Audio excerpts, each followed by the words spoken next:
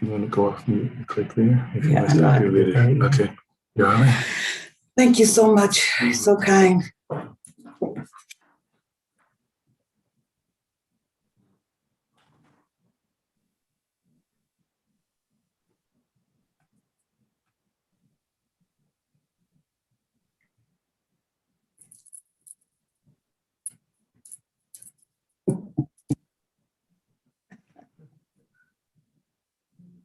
Get you too.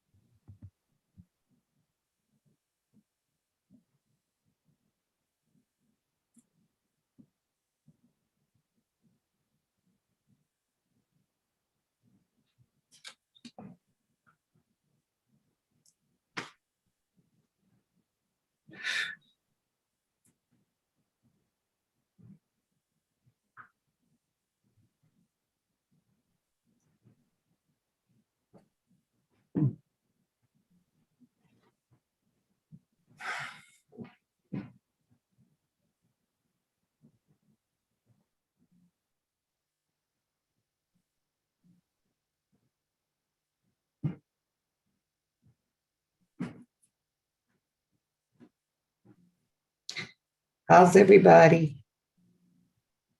We are live and ready to begin at 9 a.m.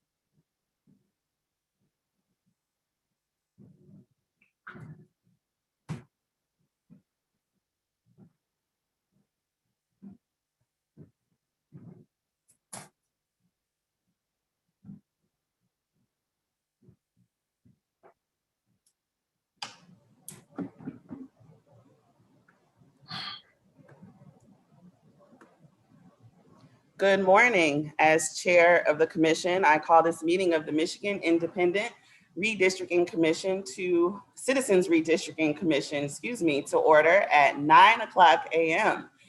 This meeting is being live streamed on YouTube for anyone in the public watching who would prefer to watch via a different platform than they're currently using. Please visit our social media at Redistricting Michigan to find the link for viewing on YouTube. Our live stream today includes closed captioning, ASL interpretation, and Spanish, Arabic, and Bengali translation services will be provided for effective participation in this meeting. Email us at redistricting@michigan.gov for additional viewing options or details on accessing language translation services for this meeting. People with disabilities needing other specific accommodations should also contact redistricting@michigan.gov. For purposes of the public record, this meeting is being recorded and will be available at www.michigan.gov/meeting. michigan.gov/MICRC for viewing at a later date. This meeting is also being transcribed, and those transcriptions will be made available and posted on michigan.gov/MICRC along with written public comment submissions. There's also a public comment portal that may be accessed by visiting michigan.gov/MICRC. The portal can be utilized to post maps and comments and can be viewed by both the commission and the public. Members of the media who have questions before, during, or after the meeting should direct those questions to Edward Woods III, our Communications and Outreach Director for the Commission. He can be reached at woodse3@michigan.gov. For the purpose of the public watching and the public record, I will now turn to Michigan Department of State staff to take note of the commissioners present. Good morning, commissioners. Morning. Please say present when I call your name, and please disclose the location you are attending the meeting remotely from by stating county, city, township, or village, and the state from which you are attending the meeting remotely. I'll start with Doug Clark. Present, and I'm attending the meeting remotely from Muskegon, Michigan. Juanita Curry. Present, and I'm attending the meeting remotely from Muskegon, Michigan. Anthony Eade. Brittany Kellum. Present, and I'm attending from Detroit, Michigan. Rhonda Lang. Present, attending remotely from Reed City, Michigan. Steve Lett. Oh, President, I'm attending remotely from Muskegon, Michigan. Cynthia Orton. Present, attending remotely from Muskegon, Michigan. MC Rothhorn. Present, attending remotely from Muskegon, Michigan. Rebecca Satella. Present, attending remotely from Wayne County, Michigan. Janice Follett. Present, attending remotely from Muskegon, Michigan. Erin Wagner. Present, attending remotely from Charlotte, Michigan. Richard Weiss. Present and attending remotely from Muskegon, Michigan. Dustin Witches. I am present and I am attending remotely from Muskegon, Michigan. 12 commissioners are present and there is a quorum. Thank you so much, Sarah. As a reminder to the public watching, you can view the agenda at www.michigan.gov/MICRC. And speaking of the agenda, I would entertain a motion to approve the meeting agenda. So moved. Motion made by Commissioner MC Rothhorn, Second. second made by Commissioner Dustin Widges. We're back to the square, so now I can see folks. Is there any discussion or debate on the motion? Hearing none. All in favor, raise your hand and say aye. Aye. Aye. All opposed, raise your hand and say nay. The ayes have it and the agenda is adopted. Motion carries. Looking at item 4 on our agenda, review and approval of minutes. There are no minutes to approve at this time, so we're going to jump down to public comments, correspondence, and remarks. Michigan Department of State staff, do we have any public comment for today? We do. We have 3 remote public comments and all 3 are present. All 3 are present. So without objection, we will now begin the public comment pertaining to agenda topics only portion of our meeting. Hearing no objection, we will now proceed with public comment pertaining to agenda topics. A few reminders: individuals who have signed up and indicated they would like to provide in-person public commentary to the commission, in this case, it's virtual, we'll now be allowed to do so.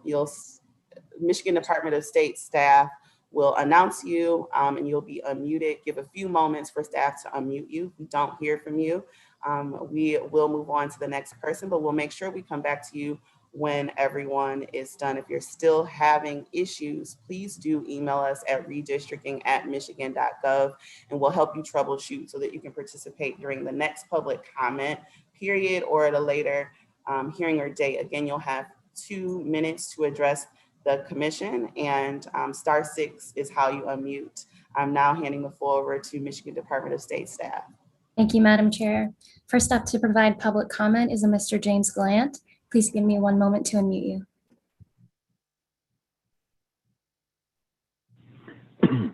Can you hear me, Madam Chair? Hello? Yes, I can hear you. Okay. My name is James Gallant with the Marquette County Suicide Prevention Coalition. And these are my personal opinions, and I signed up for 2 public comments today. And geez, it looks like I missed the after party in Muskegon last night after the commission meeting. To continue our conversation that I hopefully people are, keeping track of here, somebody's writing this down, is it appears the biggest problem that we have with this commission is that you folks appear to be what you perceive to be making decisions over top of the table. The old wink and the nod, so to speak. When you have no immediately pending question with a motion second pending, and you're just moving on. And my best example of this is Mr. Brace created and submitted maps to you on the record across several meetings during the action item on the agenda when there was no motion second pending. Then I'm assuming you're just going to keep doing it again today, and you're just going to blow through it, laugh it off, or whatever. And except for this is how we document where you've been and where your discussion was and how you even got these maps to begin with. It's like long division. You can have the right answer. All these maps can comply with those laws, but how you got there, if you can't show that, you failed the test is long division. And my other example is your colleague, Commissioner Lang, clearly injected into the meeting and said, hey, why are we not talking about process here? How do we get off track here? And that should have been handled as a point of order. Point of order. Why are we on this talk about something else? Well, the reason is, of course, because there was no motion in second pending. Okay? So then all of a sudden, someone else we know who you are. There's 2 or 3 of them that keep injecting, I got a little thing that I've been working on and get that approved. Well, that was not the intention at all in the first place to have that discussion. And this happens all the time. This is that facilitated dialogue process. And please, the trainings, the written trainings that I submitted to you at a public hearing, that's what I'm talking about. They talk about exactly how this works, and it's exactly how you're doing it. And this is not compatible with the Constitution of the state. And I believe that we'll see this happen again. This is just going to happen over and over. You got Mr. Brace here again today, right? And you folks are just going to keep doing this. And your lawyers, and I think it was inappropriate for the one lawyer you said, that racial voting role lawyer, all of a sudden, well, how we do it in other countries, well, they shouldn't even be thinking about how they do it in other countries. You should not even have that in your mind now. Because then you go, well, geez, we can do it here. Well, no, it's not compatible with the Constitution. Remember, motion, second, vote, every time. And you haven't been doing that. So Mr. Plant, your really, time is expired. If you start over now, then you would be able to fix this, maybe. And I got 2 public comments. Glenn, your 2 minutes has ended. Thank you And so my much. name's Glenn. Our next public comment participant is Susan Smith. Please allow us 1 moment to unmute you.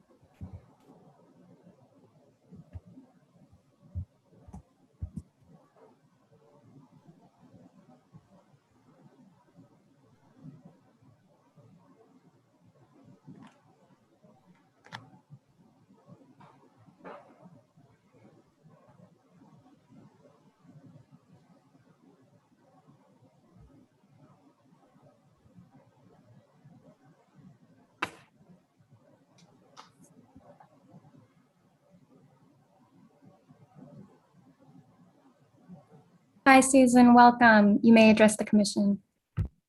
Thank you. Good morning, commissioners.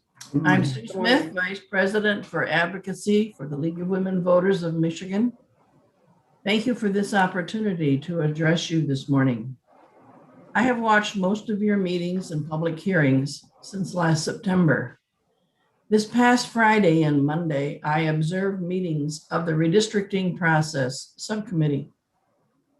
The committee discussed a number of issues, one of which was whether to start from scratch when drawing the new maps or to start with the current district maps and adjust them. As you may know, in 2017, the League of Women Voters of Michigan was the lead plaintiff in a lawsuit against the Secretary of State, claiming that 34 congressional and legislative district maps were unconstitutional because of partisan gerrymandering. Expert witnesses used 3 methods to measure the partisan fairness of those 34 districts. All 34 district maps, failed all 3 partisan fairness measures. The case was tried in the Eastern District Federal Court before a 3-judge panel. All 3 judges agreed that indeed the 34 maps were unconstitutional because they were the result of partisan gerrymandering. It is of great concern to the League of Women Voters of Michigan that the MICRC would consider starting with gerrymandered maps. We urge you to start from scratch when drawing the new maps for the U.S. Congress, the Michigan Senate, and the Michigan House. Thank you.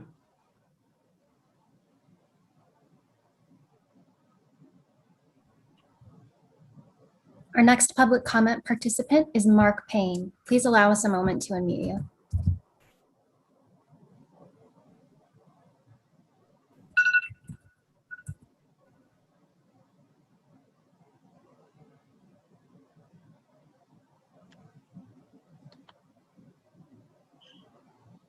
Good morning, Commission. Good morning. My name is Mark Payne, and I'm the Democracy for All Coordinator for the Michigan League of Conservation of Voters Education Fund.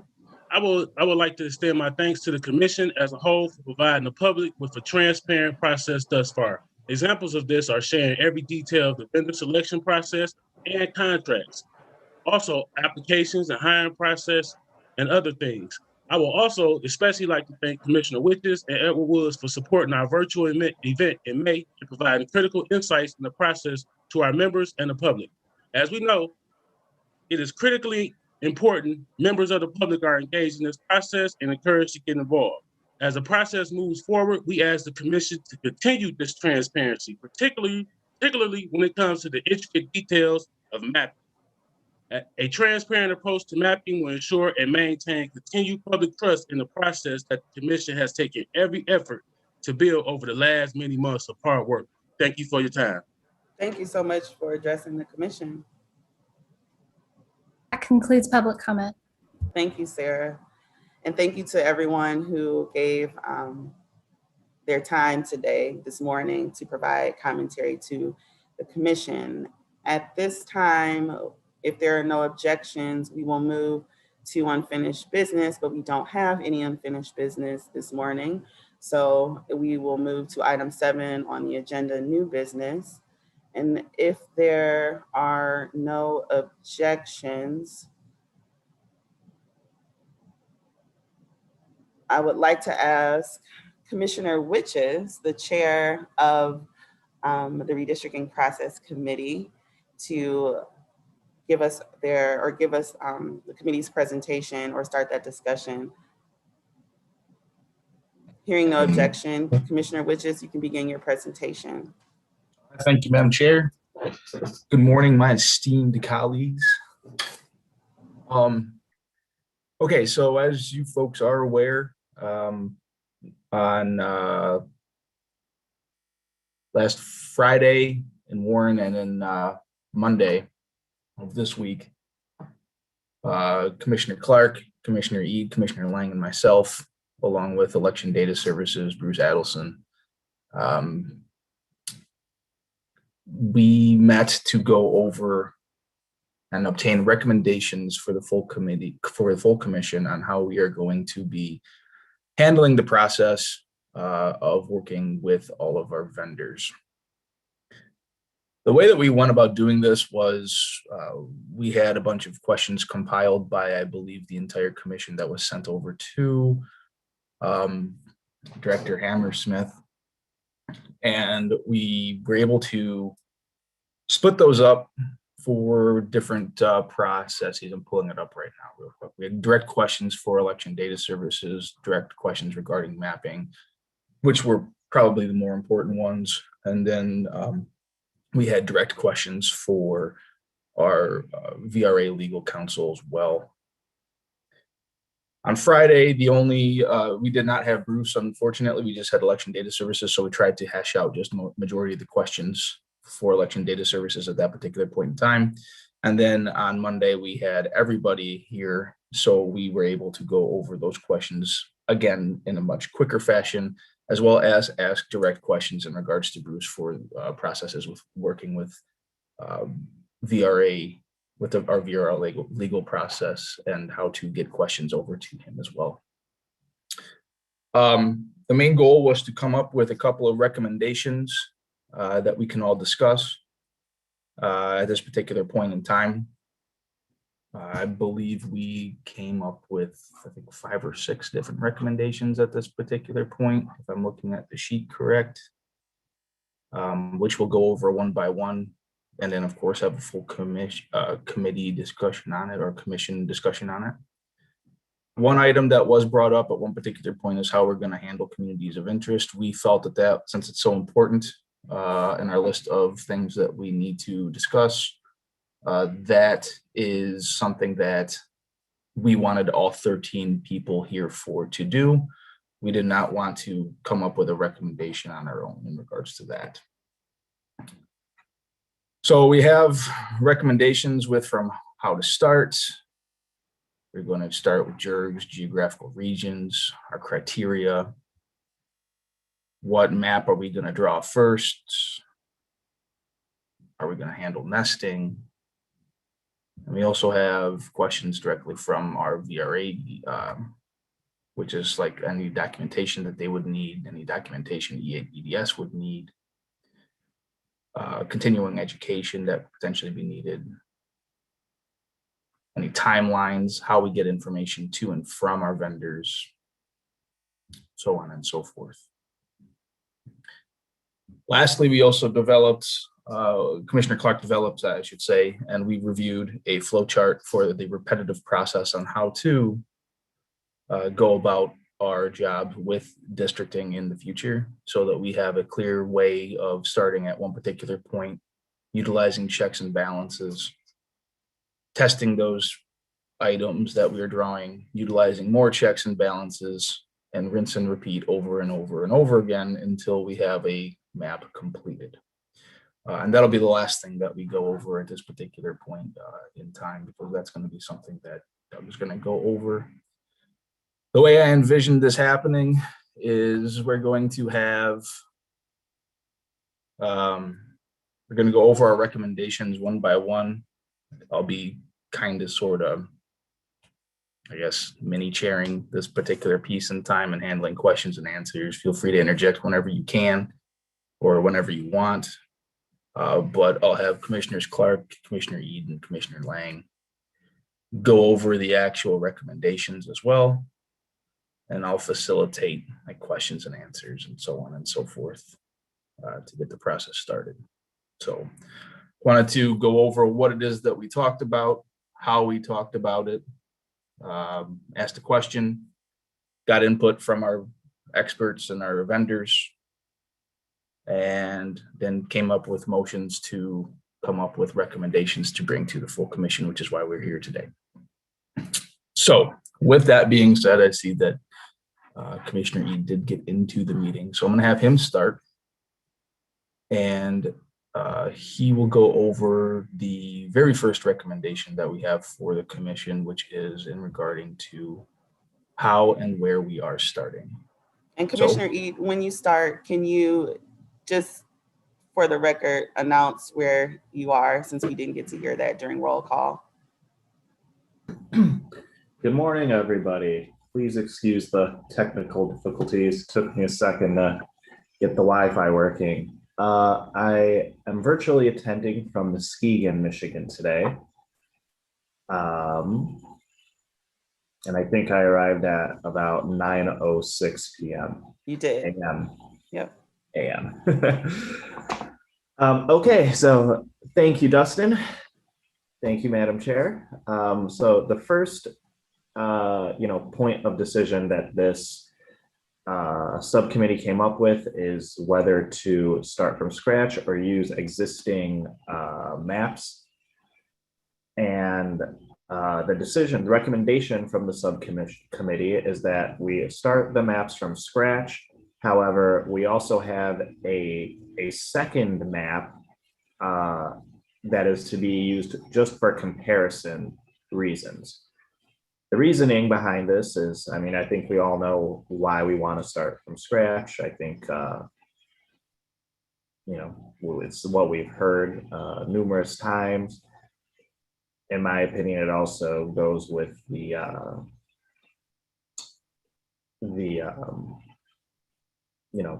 what was meant to happen when this commission was created.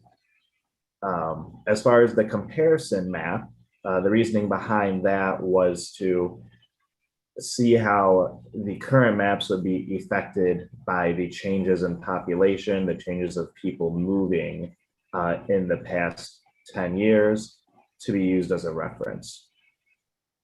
So that's the recommendation, that all maps be started from scratch. However, we look at the existing maps adjusted for the new census data as a comparison tool. Okay.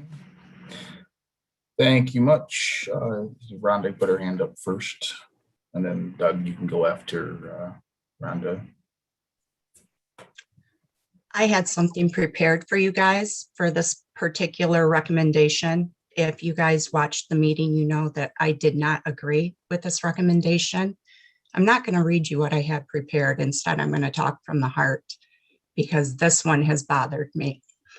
I feel our job as commissioners are to listen to everybody, not just organizations that are unified and grouped, but even the loneliest person that took the time to give us public comment.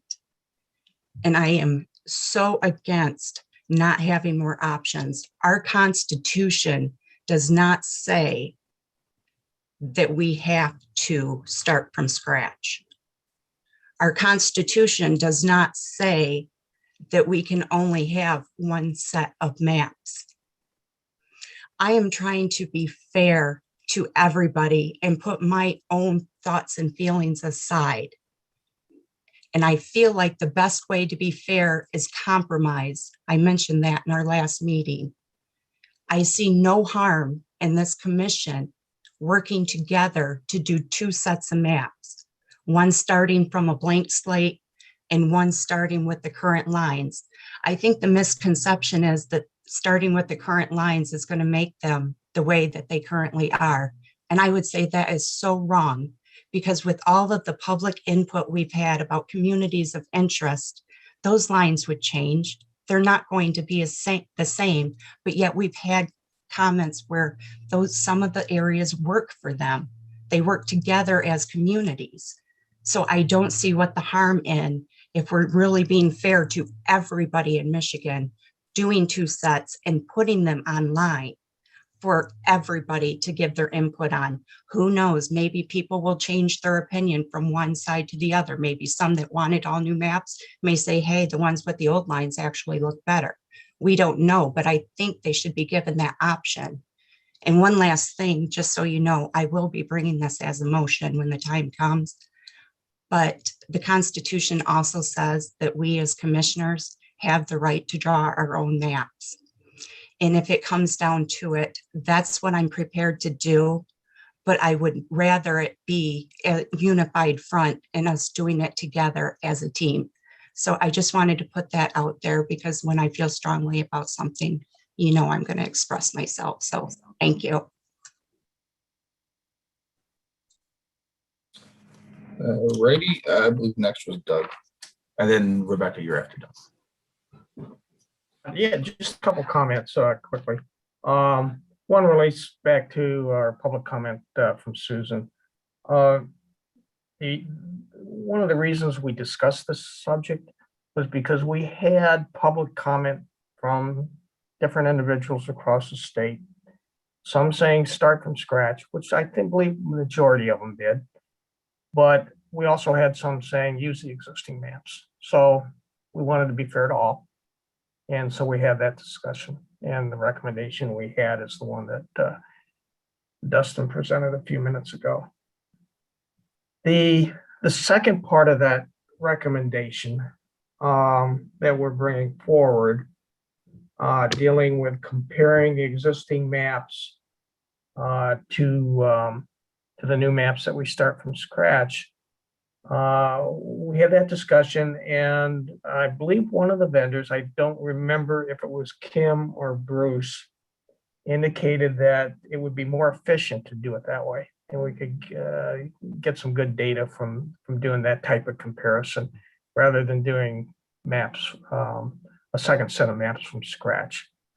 And then my third point will be going back to what Rhonda just said. I mean, If we had the time, I would fully support what Rhonda says, but I don't believe we have the time to do two full sets of maps, and that we should concentrate on the maps from scratch, and that we should use the vendor's recommendation of using the existing maps for comparison purposes from an efficiency standpoint. So those are my comments, and I yield back.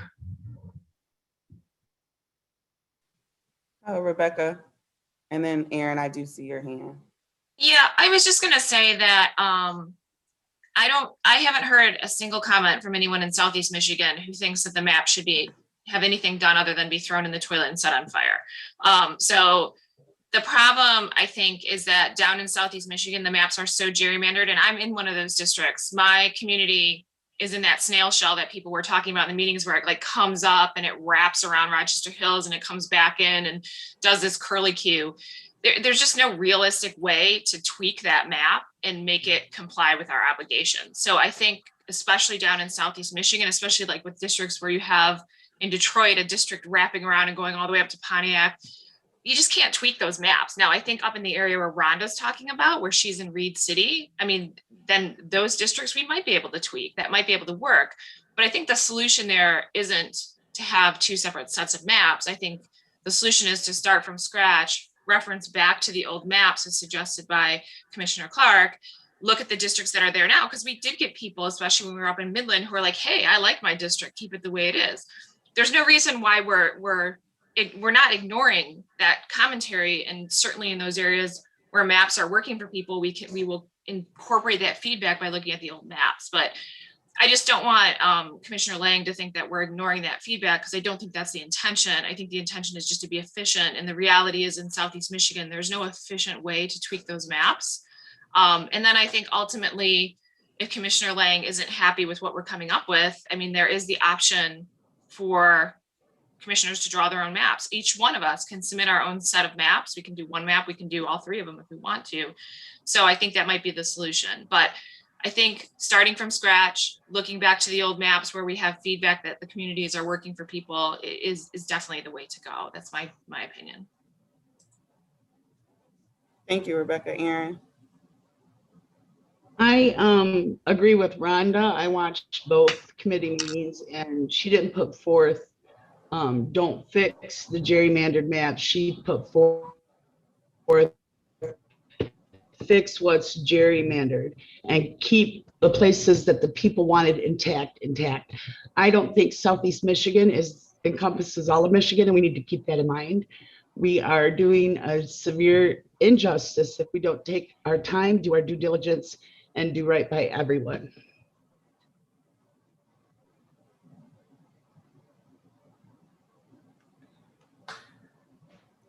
Okay, I know, Dustin, you are kind of fielding this. No, I didn't mean to No, step on your no. toes.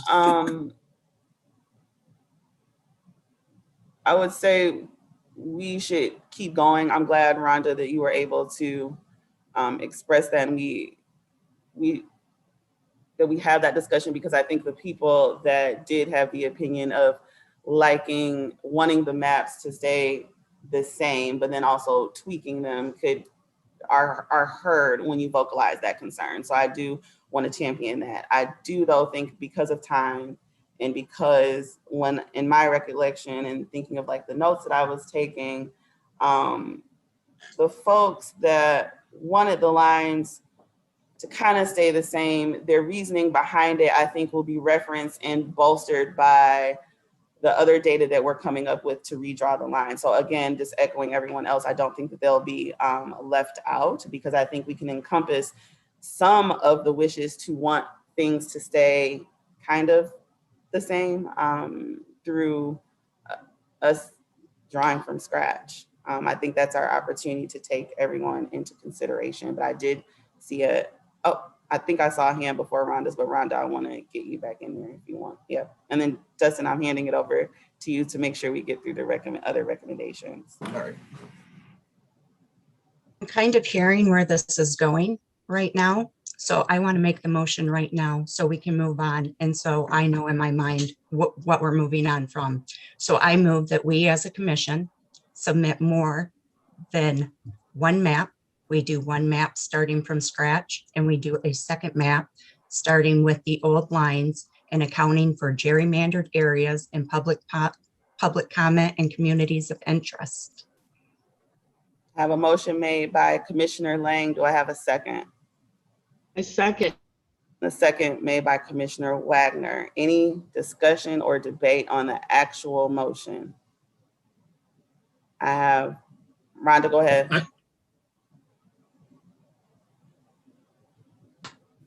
Can we get a roll call vote once the discussion's done too, please? Okay, and General Counsel? Madam Chair, I just had a question. If Commissioner Lane could restate the motion, I want to make sure I capture the second part. It sounded like she was reading it, so I want to make sure it's accurate in the record. Thank you. I wasn't reading it, so I'll do my best. The second part of it was that we do a second set of maps that have the old lines, but we take into account the obvious gerrymandered part, the communities of interest, and the public comment that was given, and when correcting those maps or redrawing those maps. To that extent. Sorry if it's not verbatim, the wording. Madam Chair, I have the motion as the commission will submit more than one map, one set of maps, one set from scratch, and second set of maps that reflect the old lines, take into account the former lines, communities of interest, and public comment. Is that correct? And also the gerrymandered areas, the obvious gerrymandered areas. I was going to say, she said do a second set of maps with old lines, taking in account gerrymandering, communities of interest, and public comment. That was the full part of her second one.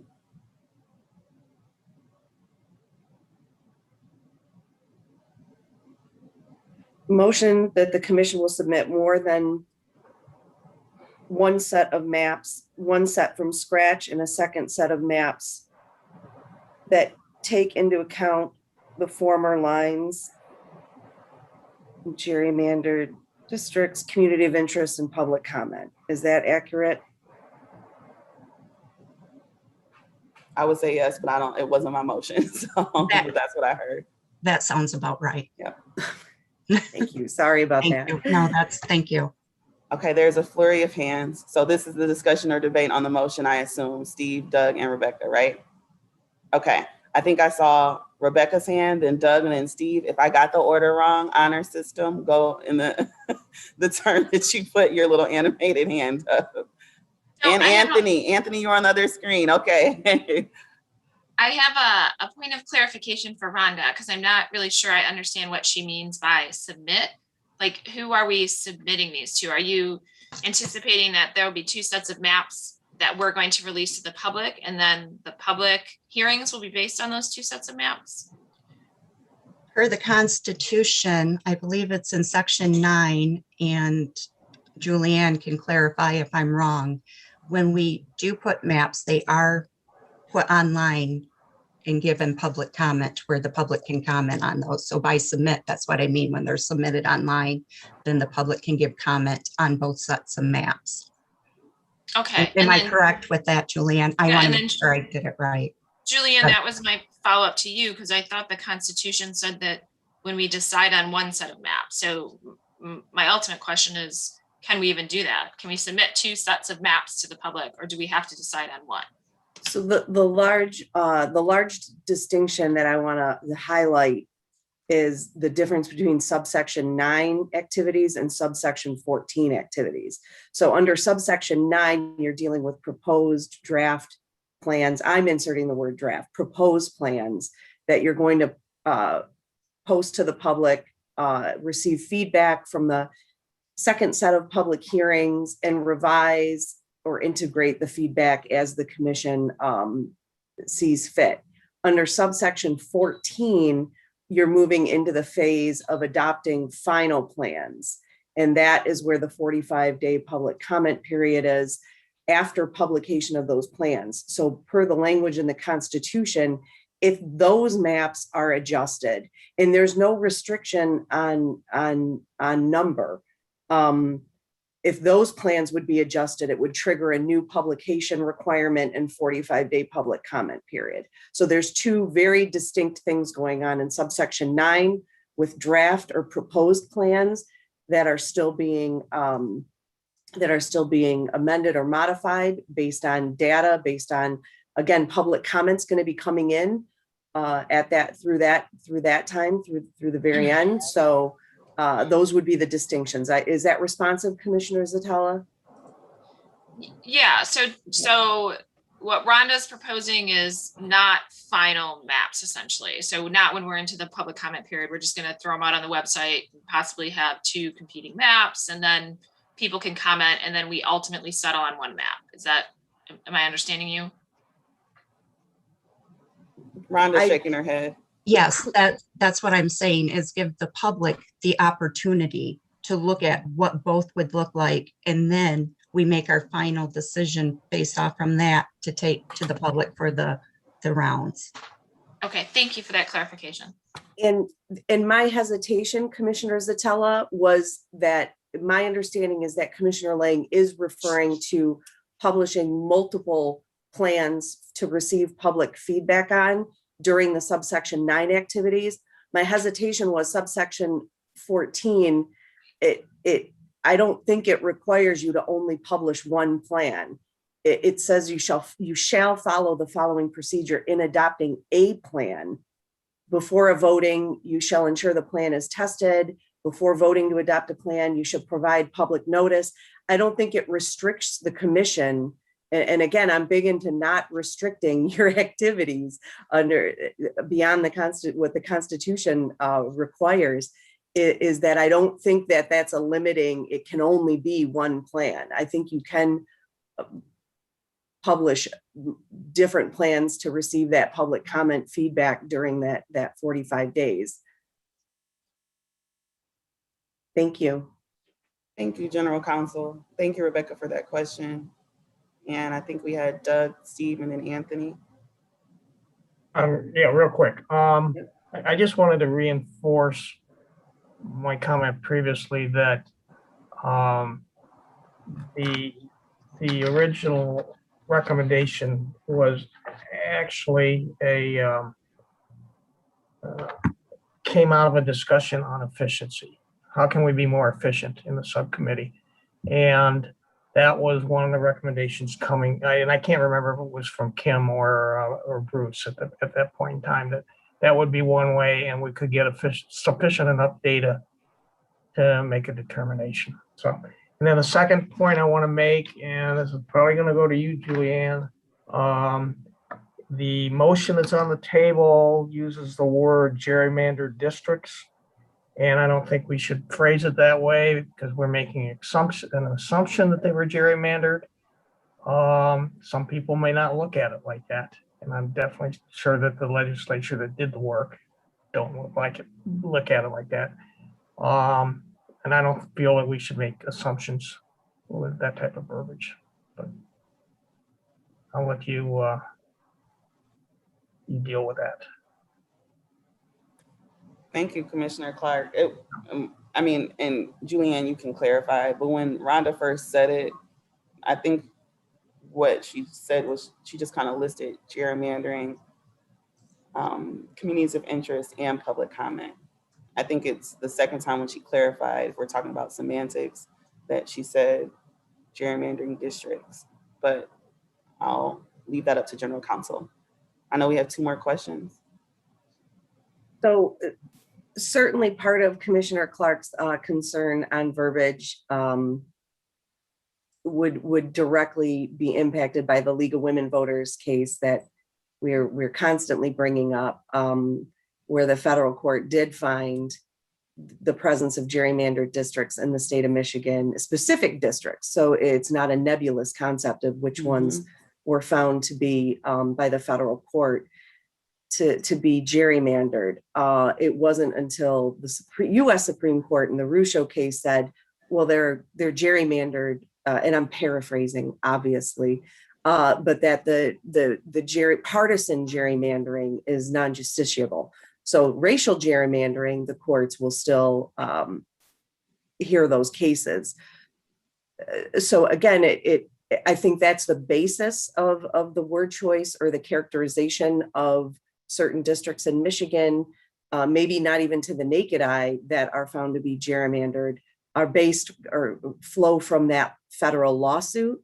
So that would be the basis for the use of that language. But certainly, the commission can amend that motion if it sees fit. But I think the Supreme Court's, dealing in Russo really just said the courts cannot deal with that. But the record in the case certainly supports the lower federal court panel's conclusion. Thank you. I'm not going to amend it, and I accept your explanation. And Anthony? Or Commissioner Ede? Okay, so a couple things. I don't want anyone's words to get twisted around. I don't think what Rhonda is saying, even though I respectfully disagree with it, she's not saying she doesn't want to change lines. She's saying she wants to use the existing maps as the starting point while doing all the other things she listed. And that's not the same thing as not wanting to change lines. So that's the first thing. But the second thing is that I want it to be clear that this motion that is currently on the table is not the recommendation of the subcommittee. The recommendation of the subcommittee was that we have, let me just pull it up so I get the wording right. Oh, where'd it go? So the recommendation of the subcommittee that was voted 3-1 was that the maps start from scratch. However, we use the existing maps adjusted with the new census data as a comparison tool. Now, that's what, like I said, that's what the subcommittee decided to bring to a recommendation for this commission. So I'm not sure it's the best practice before voting on that recommendation to make a new motion. I think it would probably be better if we vote down this motion that's currently on the table and then decide what we want to do about the recommendation from the subcommittee. If that recommendation doesn't pass, well, then I think we can revisit other options like we're doing it now.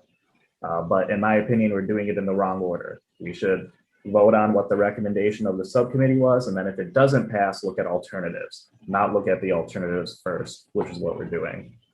So I think what we should do is vote down this current motion. And also, just like as a point of order, I don't know if this is an appropriate question to ask, but wouldn't it be best practices to vote on the recommendations of the subcommittee first before looking at alternatives, just generally speaking, to keep it organized? So Anthony, I agree. I think a part of what is happening is this is the kind of commission that we are. We doesn't mean that we can't change. We love to get a subcommittee, and then we love to debate with the subcommittee. So I think you have a great point there. And I go back to my original opinion, besides the fact I would love for the hard work that the four of you all put together, that we actually move through that in an efficient manner. I want to hear the rest of the recommendations and discuss it. But I think it just goes back to what the old lines and the old maps represent. And that's just kind of where I stand, and like I'm prepared to vote that way, that there was just too much hurt and pain and almost trauma when people got up there, not to put that on them when they were talking about their communities of interest and what their expectation of the commission is. So I want us to be able to vocalize, and I want Rhonda and whoever, when they don't agree, to be able to talk about that in a larger group. But I do think, Anthony, your point of if this chart and these recommendations represent good thought and good effort. So I think that should also be highlighted and taken into account. And then we have Rebecca and Rhonda. Yeah, I just want, basically, sorry to interrupt. I just want everyone to know that this current motion is not what the recommendation of the subcommittee was. The recommendation of the subcommittee was to start from scratch, leave the existing maps adjusted with the new census data as a comparison tool. So just keep that in mind when voting, please. I think we understand. Nor, and I'll speak for myself, I did not think that Rhonda's suggestion meant that she wanted to keep the old maps either. I want to clarify that publicly. I personally did not think that that was her opinion or what she was trying to say. So Rebecca and then Rhonda, I don't know. Yeah, I just think trying to do two sets of maps is extraordinarily inefficient. And honestly, we have a really tough job to do, and it's going to be a lift for us to get one set of maps and get everybody to agree on it. And I just think trying to do two sets of maps is just not workable. And I think, again, the solution is for individual members, if they're not comfortable, to draw their own maps, because we're allowed to do that, and submit them to the committee or to the commission for consideration. And then I think that if we do the two sets of map, we're really ignoring the 95% of people who got up and said, throw the maps in the toilet. So it just concerns me that we're even considering this, because I know there were people who said, I like the old maps. I don't think we're going to ignore that opinion. I think we can consider that by looking at the old maps and where those people were speaking from to accommodate those requests while still starting from scratch. I think we can do both with one set of maps and without having the additional time and inefficiency of trying to do two maps. I just think it's very inefficient, and we're on a time crunch as it is. Why make it worse by doing two maps? Thank you. I yield back. Rhonda. Okay, 2 points, one last statement, and then I'm done. The point that the use one set of maps was done out of efficiency, I would have to argue with. We weren't even discussing efficiency at that time. The very first question that was asked is, what do you think? How do you think we should do the maps? And before we gathered all of the information, Commissioner Clark put forth motion, even though I said we should gather all of the information so we can make informed decisions. So I would have to say I don't completely agree with that statement on the efficiency of it. The second point would be to Commissioner Eads.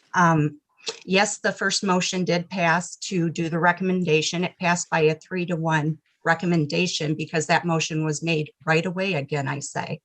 But then when I made a second motion, if you recall, about the same thing that I'm motioning today, that was a 2-2 split vote.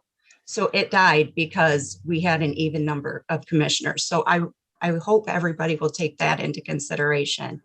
And I'm a little disheartened hearing that time is going to be the issue, because I've brought up the issue of time before, and it seems like it was blown off. And to say that we can only do one set of maps because of time, are we truly doing the best job that we can be doing for the people of Michigan? I mean, who's to say we couldn't do 3 maps, even with new lines? I think to use the time thing and say that we're only going to present one set of maps to the public, only give them one option, it just seems ridiculous to me. But those are my opinions, and I will respect everybody for yours, and let's vote on this. Okay. Are we ready? Any further discussion? Are we ready to vote? It seems like we are. Okay. All those in favor, do we need the motion restated? There was a roll call vote. Oh, yes. Thank you, Dustin.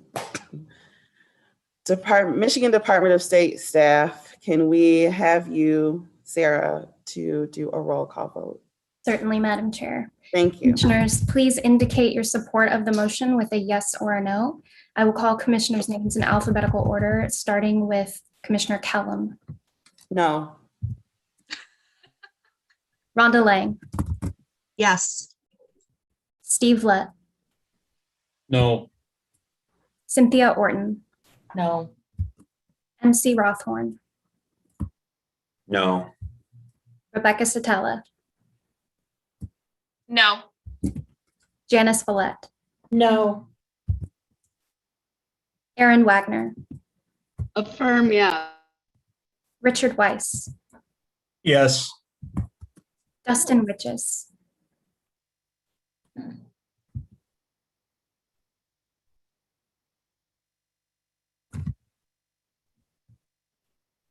Dustin? No, I'm thinking. Oh, it's okay. Sorry. I didn't know if you were frozen. I didn't mean No, to. no, because I was the second. I'm gonna vote no. Doug Clark. No. Juanita Curry. No. Anthony Ede. No. By a vote of 10-3, the motion does not carry. Thank you, Sarah. And Doug, I see your hand. Yes, I'd like to put a motion forward that we approve the recommendation from the subcommittee. A second. I have a motion. Rebecca beat you to it, Dustin. I have a motion made by Commissioner Clark, second made by Commissioner Zatella. Any discussion or debate on the motion? Doug? Oh, Steve? Is the presentation done? We're just voting on one recommendation. No, we still have to make it through. I believe, Dustin, correct me if I'm wrong, you said you had 6 recommendations? Five, okay. Are So we he's not voting? finished. Are we voting on them serially, or are we going to have the presentation and vote on everything? How are we doing this? Well, the recommendation was made that we kind of treat it one by one. And I believe that's what Dustin laid out for us and was kind of what I was thinking, but you all can definitely weigh in. I'll try and answer that real quick, Okay. if you don't mind. So my envision was going over each recommendation one by one. However, this was going to be the one that was going to take the longest, in my personal opinion. But the other recommendations should go relatively quickly. Well, I would like to hear a presentation of everything that's going to be presented, and then so that I know what we're voting on at the end, in case something comes up, one of your recommendations makes me change my mind on one that I've already voted on. So I'd like to hear the whole thing first. I guess that's what I agree.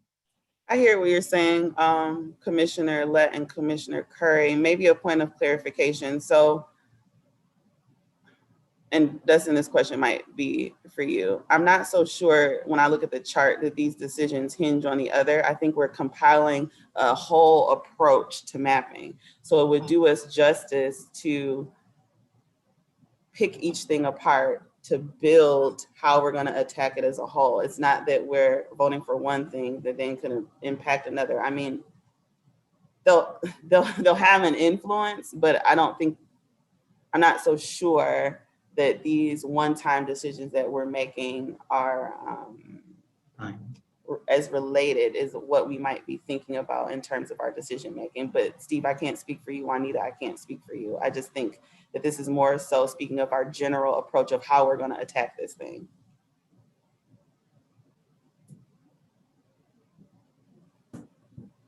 So we had the motion, we had the second. All those in favor, all those in favor of the motion that's on the floor, please raise your hand and say aye. Aye. Aye. Like to call for a roll call vote on this one as well. I was going to say, because I can't That's what even, I was I don't just think gonna people are suggest. hearing me. Yeah. Okay. Sarah, we're keeping you busy. Michigan Department of State, may we have a roll call vote, please? Absolutely, Madam Chair. Commissioners, once more, please indicate your support of the motion with a yes or a no when I call your name. I will call commissioners' names in alphabetical order, starting with Rhonda Lang. No. Steve Lett. abstain for the reason that I don't have enough information to vote. Cynthia Orton. Yes. MC Rothorn. Yes. Rebecca Zatella. Yes. Janice Follett. Yes. Aaron Wagner. No. Richard Weiss. No. Dustin Witches, Yes. Doug Clark, Yes. Juanita Curry, Yes. Anthony Ede, Yes. Brittany Kellum. Yes. By a vote of 9-3 with 1 abstention, the motion carries. Thank you, Sarah. And as she said, the motion carries. Now, Dustin, I am handing the floor back over to you. Thank you, Madam Chair. You're welcome. I'm happily putting myself on mute. Don't do that. All right. So the next recommendation is where to start. I mean, we're not where to start part 2 in regards to if we want to take a regional approach or to just pick or divide and conquer, basically have some people start in one area, some people start in the other, and then come to the middle, and also which particular map to start with. And I believe, Doug, if you want to go on that one, you can, or Rhonda, whomever wants to discuss it or go over the reasonings. Yeah, we had a long discussion on this, but the staff from EDS, and we had like 3 or 4 of them in the meeting, recommended that we don't start from the whole, that we segment off the state. And their methodology for segments is the JERGs, which Kim presented a number of meetings ago. And I personally disagreed with the JERGs that he had put together. But Kim had a good recommendation in that we use that as an exercise among us. And each of us do our own JERGs, and then we have a discussion and choose one and go from there. And John, who's one of the individuals from Kim's staff, recommended highly that we start and choose one of those JERGs, which I'll call a region, and that we begin to develop a district in there. And that way we're limiting our scope on what we're looking at the moment. And it doesn't matter which JERG we start with. We could start it in the northern part of the state or the southern part of the state or whatever, and work our way. Then he recommended that as we get one district done in that region, that we do another and maybe another. And then all of a sudden, if we get ourselves into a position where we have a lot of disagreement and we're not getting anywhere with one of the districts, that we just stop and we go to another region and begin working there. And that was his rationale in that, and take those small pieces and then build from there. So maybe you could read our recommendation, Dustin, and I'll go from there. Is that possible? I don't have the spreadsheet up in front of me.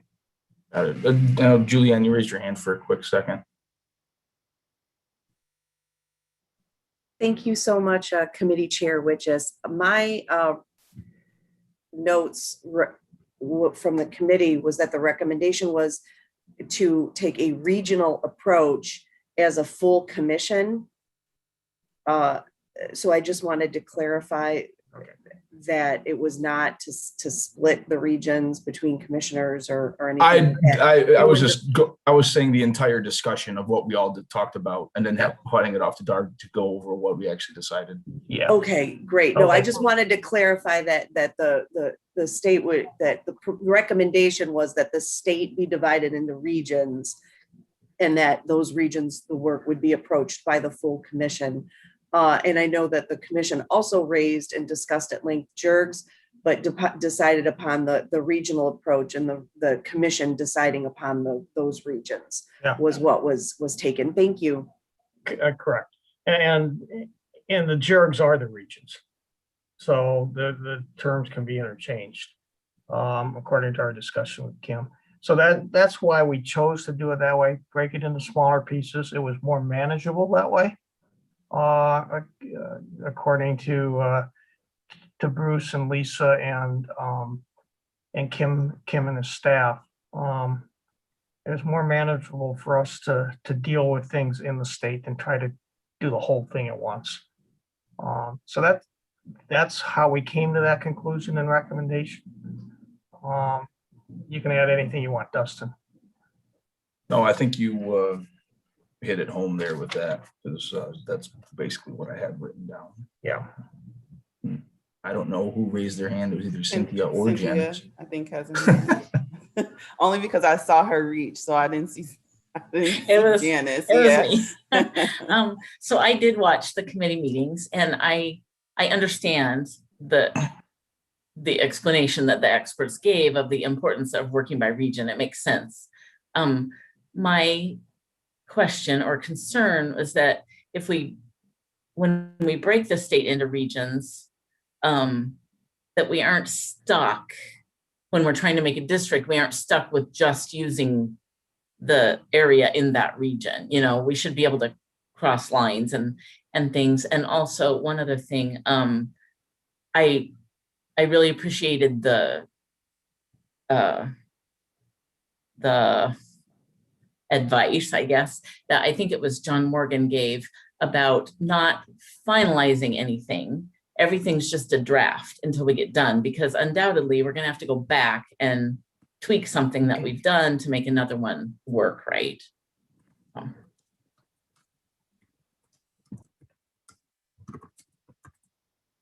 I saw your hand, Rebecca. I don't know if Doug do you have something just to rebuke, or do you want me to go just? No, let me comment on what Cynthia just said. John said that it's perfectly acceptable to draw the districts outside the lines of those regions. In other words, color outside the lines. He said there's no problem in doing that. The lines aren't cast in stone. It's a flexible process. It's very fluid, and you can't constrain yourself with that because of population reasons. And I'm glad that Cynthia also mentioned that, yeah, nothing's finalized. These are all drafts, and we may come back and redo some of these districts as we go through the process. We have that option to do that and change things as things go forward. When we get into the process portion, what you'll see is when we do a district, we're going to have Bruce and Kim, or Kim's staff, and Lisa with us, and they're going to be giving us online feedback relative to, does this meet the criteria for the Voting Rights Act? Is this racially polarized, and so forth? That's going to be real time. So that gives us the fluid situation of being able to change things. And as John mentioned, there's no reason you can't put some of these districts outside those regional boundaries that you're working on. So I just want to make that comment. I believe next, and then Anthony.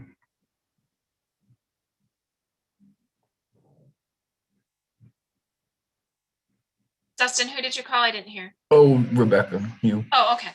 I'd actually like to make a motion at this time that the commission will divide the state into regions for the purpose of facilitating the drawing of district lines, and then utilize those regions to draw the district lines. I have a motion made by Commissioner Zatello and a second made by Commissioner Clark. Is there any discussion or debate on the motion? Anthony? Yeah, I think this has been said, but I especially want the public to know these, I'm going to call them regions. I think that's probably what we should call them going forward. You know, they're not districts. They're not districts of any kind. They're not set in stone. It's just a way for us to as a commission, work together and break down the work into more manageable areas.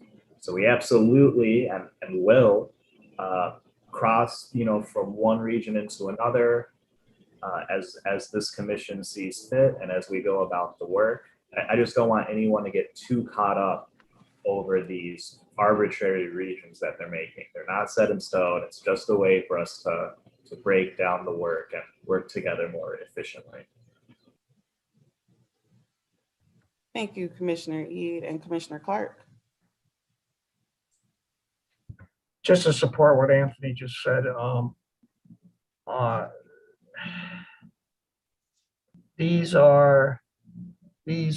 these regions will be how we look at the state. So that's the way Kim explains it to us. We could look at putting one region as rural areas. We could look at one as manufacturing areas. Southeast Detroit area is another one, and have, I don't know, 8 or 9 or 10 regions and work from there. So I just want to bring that point up. Thank you, Commissioner Clark. And Rebecca, I'm going to have you restate the motion. Yep, it was a mouthful. So the motion was that the commission will divide the state of Michigan into regions for the purpose of facilitating the drawing of district lines, and then we'll use those regions to draw district lines. Say the first part again, divide state of Michigan into regions for the purpose of facilitating the drawing of lines.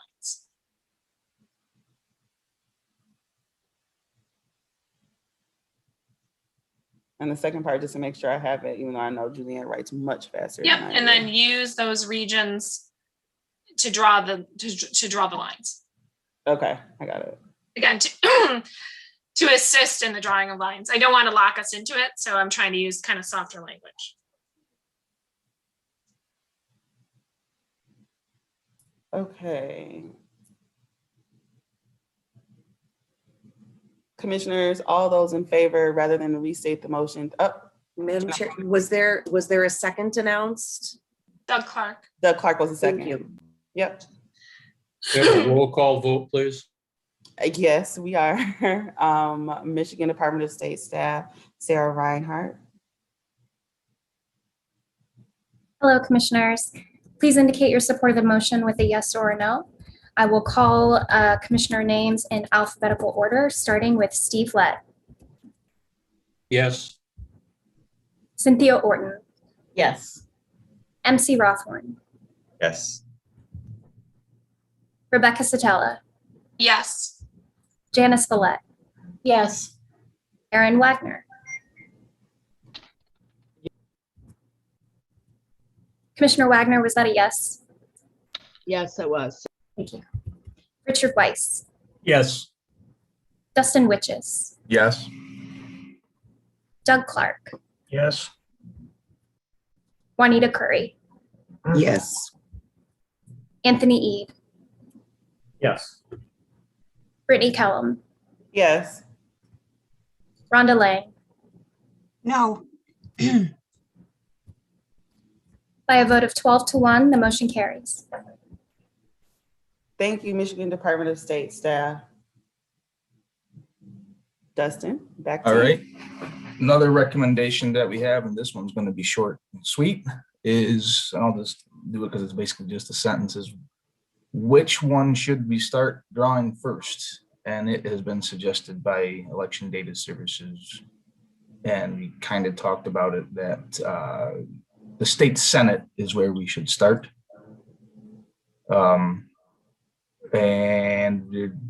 Yeah, I guess that's it. So any and all thoughts? Doug, go ahead. Yeah, I just want to enhance the subject area. On the discussion, one of Kim's staff recommended we don't start with Congress, the US Congress, because it was too complicated. Now, we didn't get into what too complicated was. And then also the discussion was that the state house had so many districts that we were better off starting with a smaller amount, which was the state Senate. And I believe that came from John. I'm not 100% sure. Yeah. I just wanted to bring that point up in case you didn't hear the hearing. And when you do it like that, does that make it where you're showing preference to one other than the other? to I one more don't- so than the other? You mean the Senate instead of the House, instead of Congress? No, that never was brought up as a point by anybody. It was just more of what was the easiest, best way for us to start as an organization. And get used to the process and get used to how we're going to do things. I never heard any of that discussion at all, Juanita, or any recommendations from the consultants where that would be an issue. Okay. Rhonda, I think you put your hand up first. Wait, no, maybe it was Cynthia Rebecca. had hers first. Oh, Cynthia, go ahead.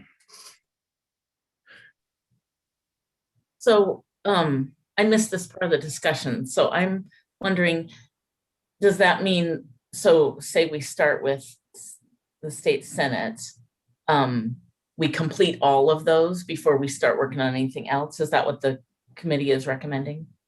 I believe that would be the way to go about it. We work on the Senate map first, get our draft, then move on to whichever direction we want to go after that, which I would assume it's the House, and then finally move on to congressional.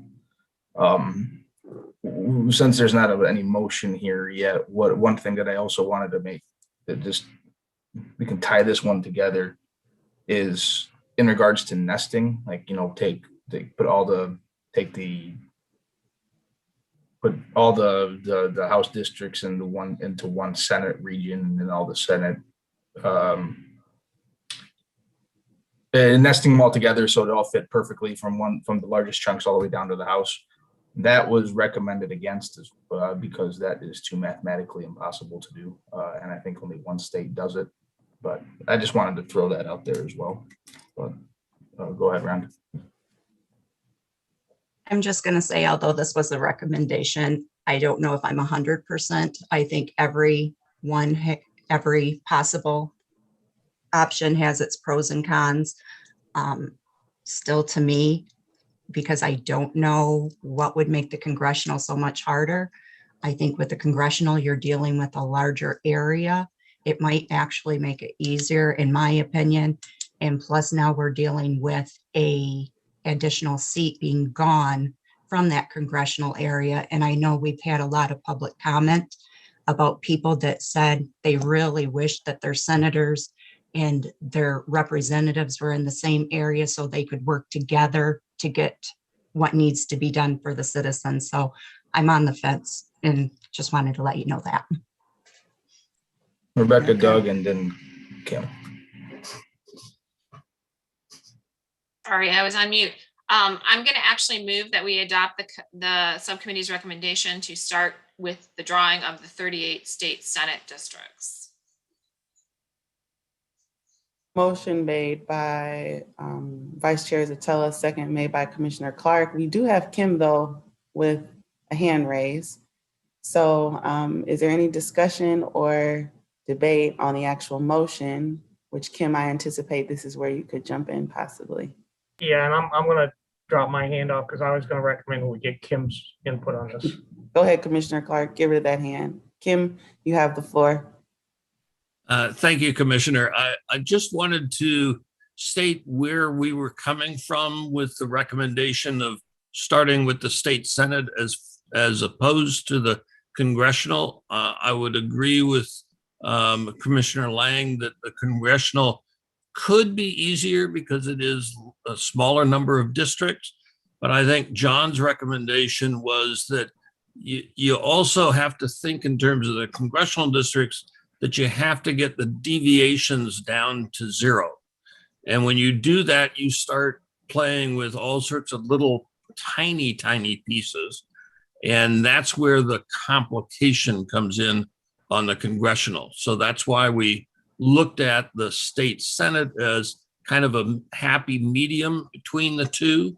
We have some deviations that we can make use of in terms of the state Senate that are larger than the congressional. And so that's why we kind of looked at the state Senate as the way to start.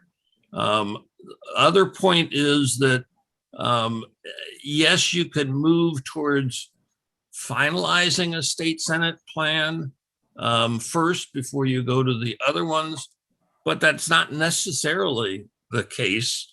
You may get to a point where you think you're kind of comfortable with the state Senate as you're drawing, but let's see how we could deal with some of the issues on the state house and move in that direction, or the congressional.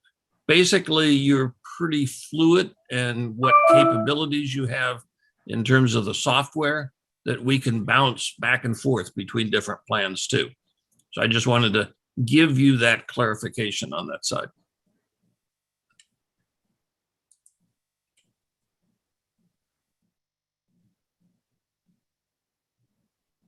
Thank you, Kim. Commissioner Lang. Just one more clarification, Kim. So are you saying that we shouldn't limit ourselves to saying that we have to do just the Senate first and then move on to a different one, that we should keep it open to possibly incorporating all of them as we go? Is that kind of what I was hearing or not hearing? You have, for clarification purposes, you do have that option, depending upon how you want to go. So we would have each of the various plan potentials that could be called up anytime. And say, for example, we're working on the state Senate and somebody says, well, what does that do in terms of the congressional that we already approved or thought about? We can come back and forth and see that, so that you're able to collect that intelligence as you move forward in doing the state Senate, for example.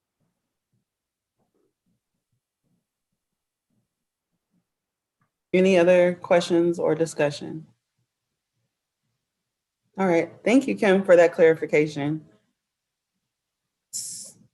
Can we have a roll call vote?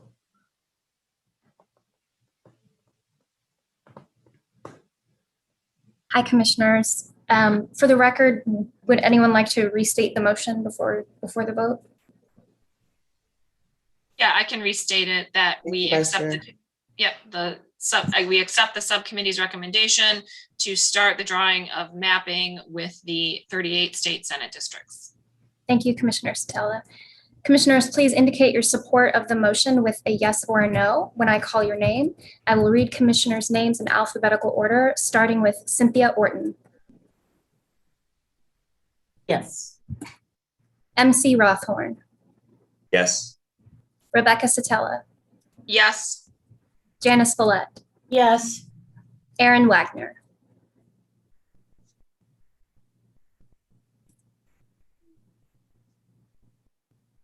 Yeah.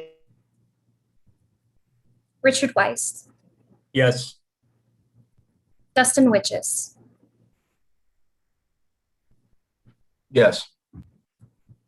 Doug Clark. Yes. Juanita Curry. Yes. Anthony Eade. Yes. Brittany Kellum. Yes. Rhonda Lang. Yes. Steve Lett. Yes. With unanimous support, the motion carries. Thank you, Sarah. And Dustin, I believe you have something else for us. Oh, I'm sorry. Before we do that, can we take a 5-minute bathroom break, or do we need more than 5 minutes? You want to come back at 10:30? 10 minutes? Okay. We'll be back at 10:30 if there's no objection.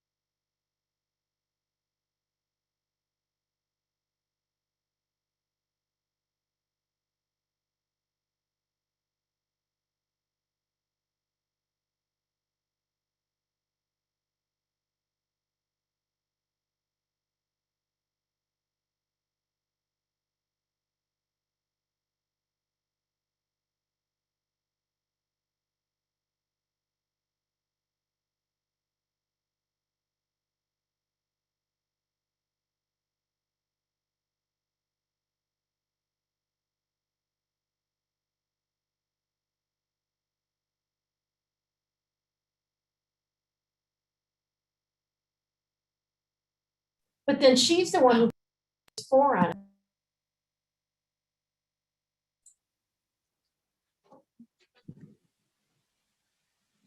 All right, commissioners, it is 10:30. And we'll return with Justin and the rest of committee chair, Dustin Widges, excuse me, and the other committee's recommendations. Dustin, I can't see you on this first screen, but I know that you are there, so you can have the floor. We're doing a attendance thing again, or no? That's what I was double checking, and I haven't gotten a response. I didn't know if that was just our procedure for hearings or in person. We don't need to do a roll call, do we? Yes, You if want you us to- took a, if you took a recess, Madam Chair, you need to call the session back into order. Okay, so I call the meeting back to order at 10:31. And Michigan Department of State staff, can you please do a roll call for purpose of the public record? Certainly. Thank you. Commissioners, please say present when I call your name and indicate where you are attending the meeting remotely from. I'll start with Doug Clark. Present, and I'm attending the meeting remotely from Muskegon, Michigan. Juanita Curry. Present, and I'm attending the meeting remotely from Muskegon, Michigan. Anthony Eade. Present, virtually attending from Muskegon, Michigan. Brittany Kellum. Present and attending remotely from Wayne County. Rhonda Lang. Present, attending remotely from Reed City, Michigan. Steve Lett. Present, attending remotely from Muskegon, Michigan. Cynthia Orton. Present, attending remotely from Muskegon, Michigan. MC Rothorn. Present, attending remotely from Muskegon, Michigan. Rebecca Satella. Present, attending remotely from Wayne County, Michigan. Janice Follett.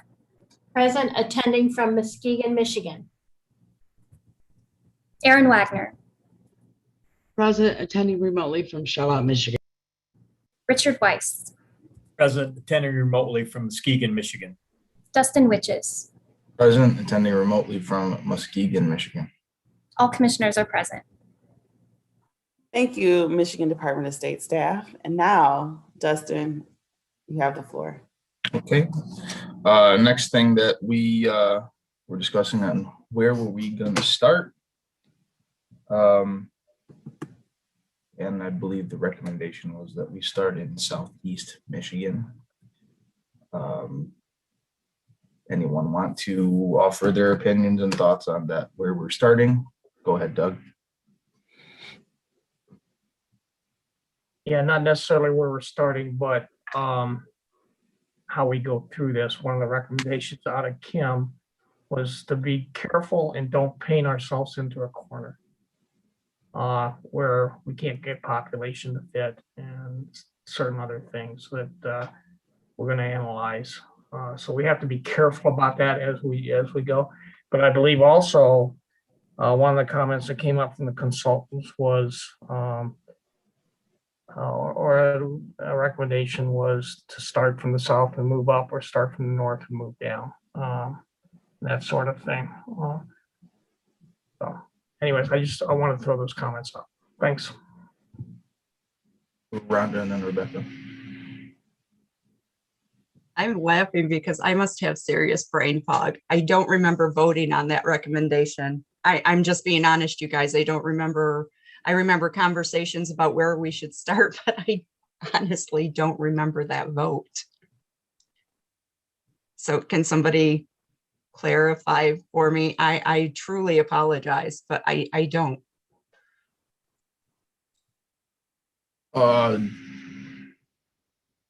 Julianne, Doug, Anthony. Rebecca had her hand up before me. No, that was just like a general question. So you can. Okay.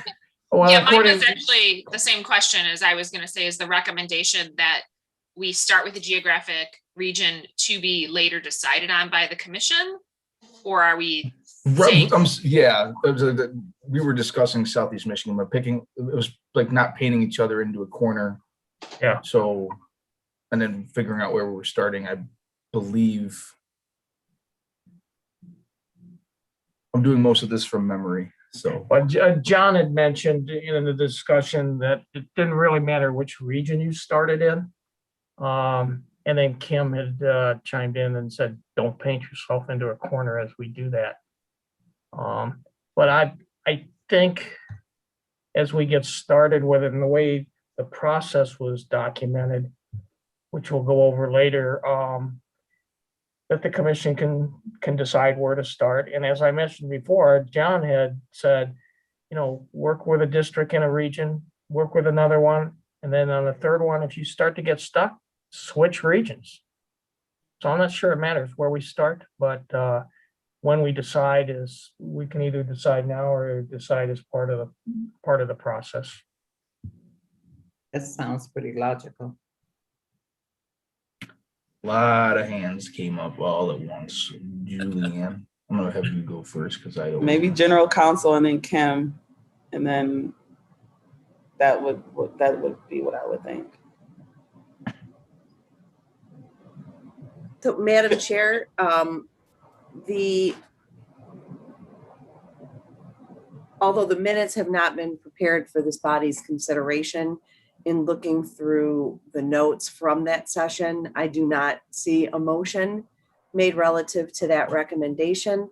However, because of the timeline and that the commission would be using the older population data initially prior to receiving the updated census data, it might be beneficial to start in an area where you're not expecting huge population shifts. And I know that your expert in this area has his hand raised, so I'll certainly defer to him on that. But as to the question to the motion, I do not see one reflected in the notes from that meeting. I recant my statement. Okay. Yes, thank you, Commissioner. I too am like Commissioner Lang, had a brain fart when I heard this too. So on that side, I don't know that we necessarily said southeast, and I would probably, upon thinking about it, probably recommend not southeast because that's more difficult area to deal with. But I think one of the things that we did talk about in the subcommittee is that to get you some experience on how the machine operates and how the software operates, the first cut that we had talked about was use the deciding on what regions there are as a tool. Draw the regions, and we're not drawing districts necessarily, but use that as a tool to kind of get a feel for, okay, this is what you'd see, this is how you could add these counties, or this is how you could do these townships, and use that creation of the regions first as an exercise, basically. One, to settle those regions that, we're not wedded to the JERGs or whatever regions you want to deal with, but use that as an exercise to get experience. And then you could get into the individual 3 different plans from that side. But I think John was also saying before is like I was that, yeah, don't paint yourself into a corner. And if we start with the state Senate, that lets us get into wherever we want to. But I don't think we were really saying start in one part of the state. I think we were saying start drawing the regions as a test kind of thing. And I think your recommendations had said that per se. And then we could decide at whatever point which regions you'd want to go into. And I think John is with us too. So if we could ask him to add his viewpoint too. Thank you, Kim. That's Go you ahead. have 2 more hands. Yeah. Aaron and then Rebecca.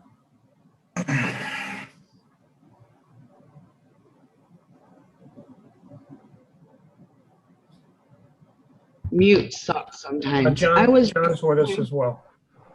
I was just going to reiterate that starting in Southeast Michigan, I didn't recall that.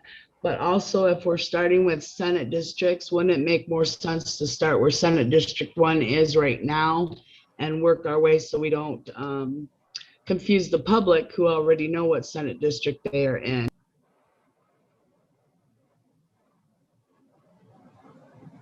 Thank you, Aaron and Rebecca and Vice Chair Satella and then Commissioner Clark. Yeah, I thought, and excuse me if I'm getting her name wrong, but I thought, was it Dr. Lisa Hanley had recommended that we actually start in the areas where there might be Voting Rights Act issues and racially polarized voting issues. So I thought her recommendation was we sort of start in those areas, which would be Metro Detroit, and then move out from there so that we don't end up in a situation where we start maybe in the UP and move down and then get crunched in terms of how we can design those districts down there. I mean, am I incorrect in recalling that, Mr. Brace?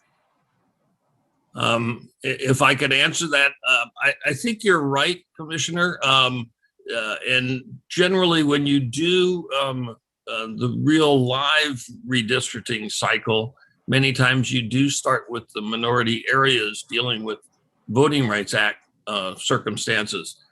The thing right now is that we won't have all of the analysis that Dr. Hanley will be doing and needing to do to ultimately guide you as we get into the real map crunching. I kind of look at this in the first parts of July and into the first part of August is kind of experimenting with different ideas and playing with the system, the software, and the test data sets. This is not the PL file that we don't get until August 16th, but we are planning to have in the data set initially the ACS data, as well as I'm probably going to be able to get the newest ESRI estimates so we can get those in within the next week and a half, so that we've got some test data to play with and to be able to see. We can generally see where movement is in terms of the state and the population, but it's not finalized data like what we'll have on August 16th from the PL. Certainly by the time we get the finalized data from PL, then we'll end up also having some analysis from Lisa, Dr. Hanley, so that that can help guide then the issues on the racial block voting side. And Lisa is on call too, and John Morgan is on the call too. Okay, thank you. Commissioner Clark. Yeah, before I speak, let me defer to John. He's been trying to make some comments based on something we discussed before. Okay, thank you, Commissioner.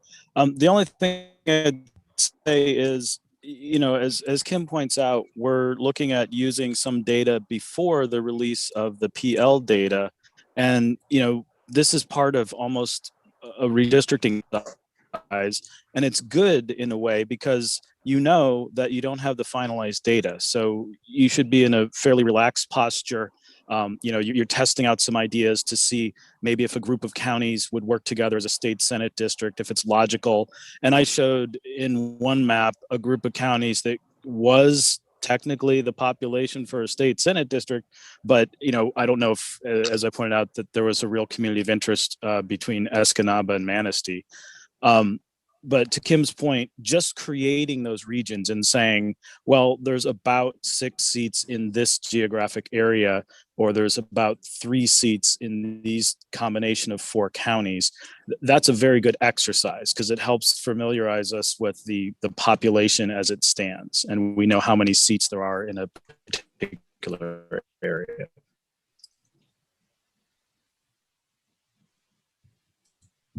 Thank you, John. Commissioner Clark.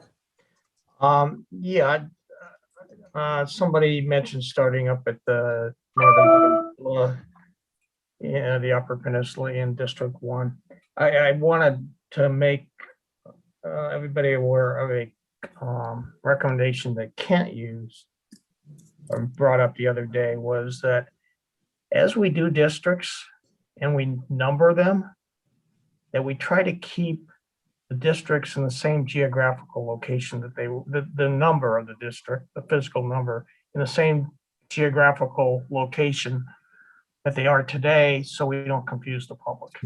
Where, District 1's now not down in Detroit, it's still up in the UP. So I think we need to keep that in mind as we move forward. It's a very logical and I think appropriate thing to do as we move forward. So I just wanted to bring that up. And I would also bring up for your benefit that Kent Stegall is one of our team members also, and he's on the call, so he has his hand raised too. Yeah, I was just gonna call on him at first. I didn't exactly know who he was. So. Kent, he doesn't have the beard like I do. Thank you for being patient. Glad you're not a spy. Go ahead. I want to, reiterate what John said and Kim was saying, but, more simplified. The first, defining the regions is going to be your first exercise in learning how to use the application. Second will be those first districts where you're trying to put the final numbers in. It's really a learning process, and you're going to learn how much time it takes and effort to adapt districts. And as you proceed through the districts, you're going to become much more efficient at understanding, the limits of, well, if we do this, you can already see where it's going to bind you. Like leaving one or two islands out in the water and you've already made your maximum population. You're going, well, you're not going to do that.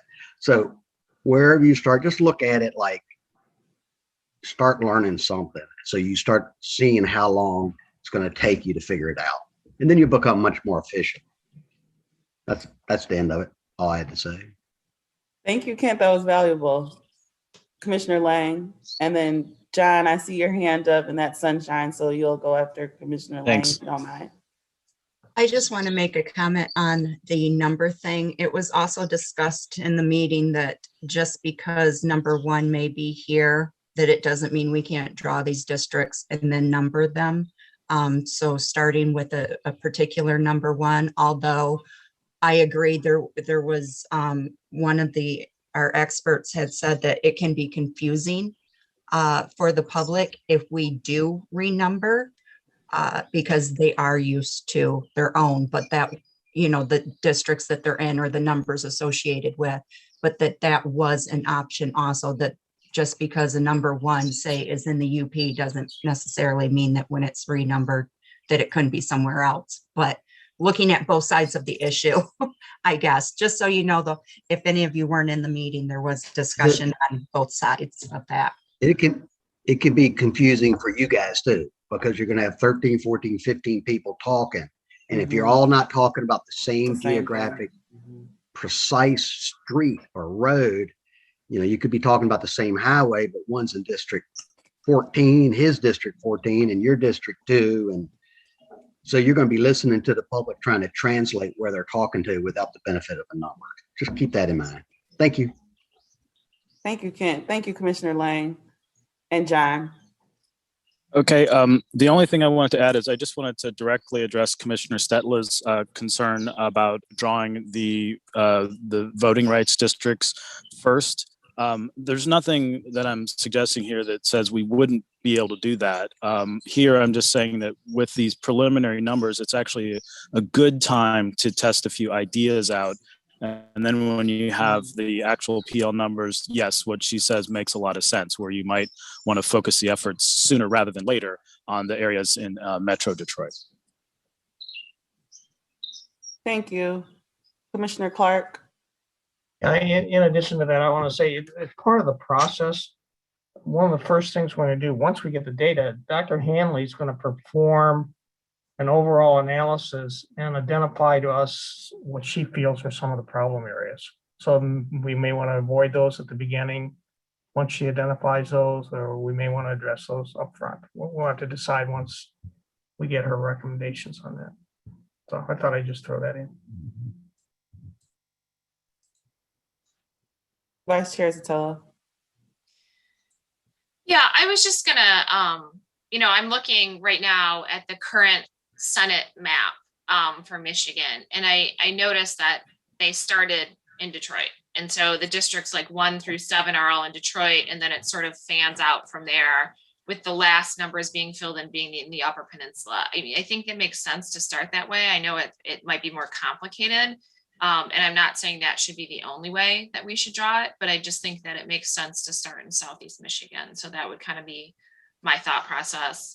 I'm just not sure that we're converging on a concept here. So I'd really like to know what the views of other commissioners are. Are we ready to make a motion and say, let's decide on a region, but maybe decide it later? Or do we want to actually vote on a particular region?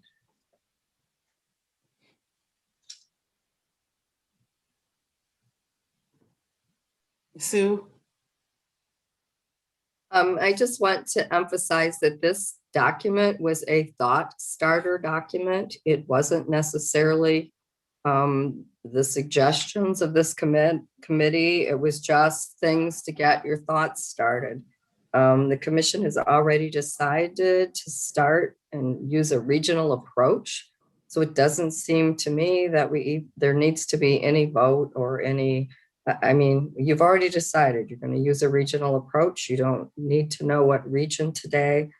And I don't know that you need to vote on that you're going to select a region that the commission approves, because that's how you work. So I think a lot of these are just placeholders and things that that needed to be thought about. And it's more, that was more a brainstorming document for the committee to use and for the commission to see some of the questions that the committee was looking at.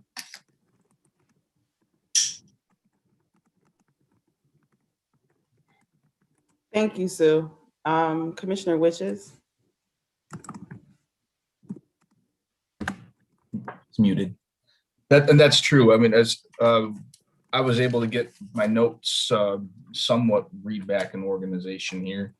There are only really 2 more recommendations that had motions on it, and I read the wrong column on it. So if I pardon for any kind of confusion I may have caused, but at least it facilitated some kind of discussion on how to actually, where to actually start in Michigan with what regional approach. So I guess that kind of helped.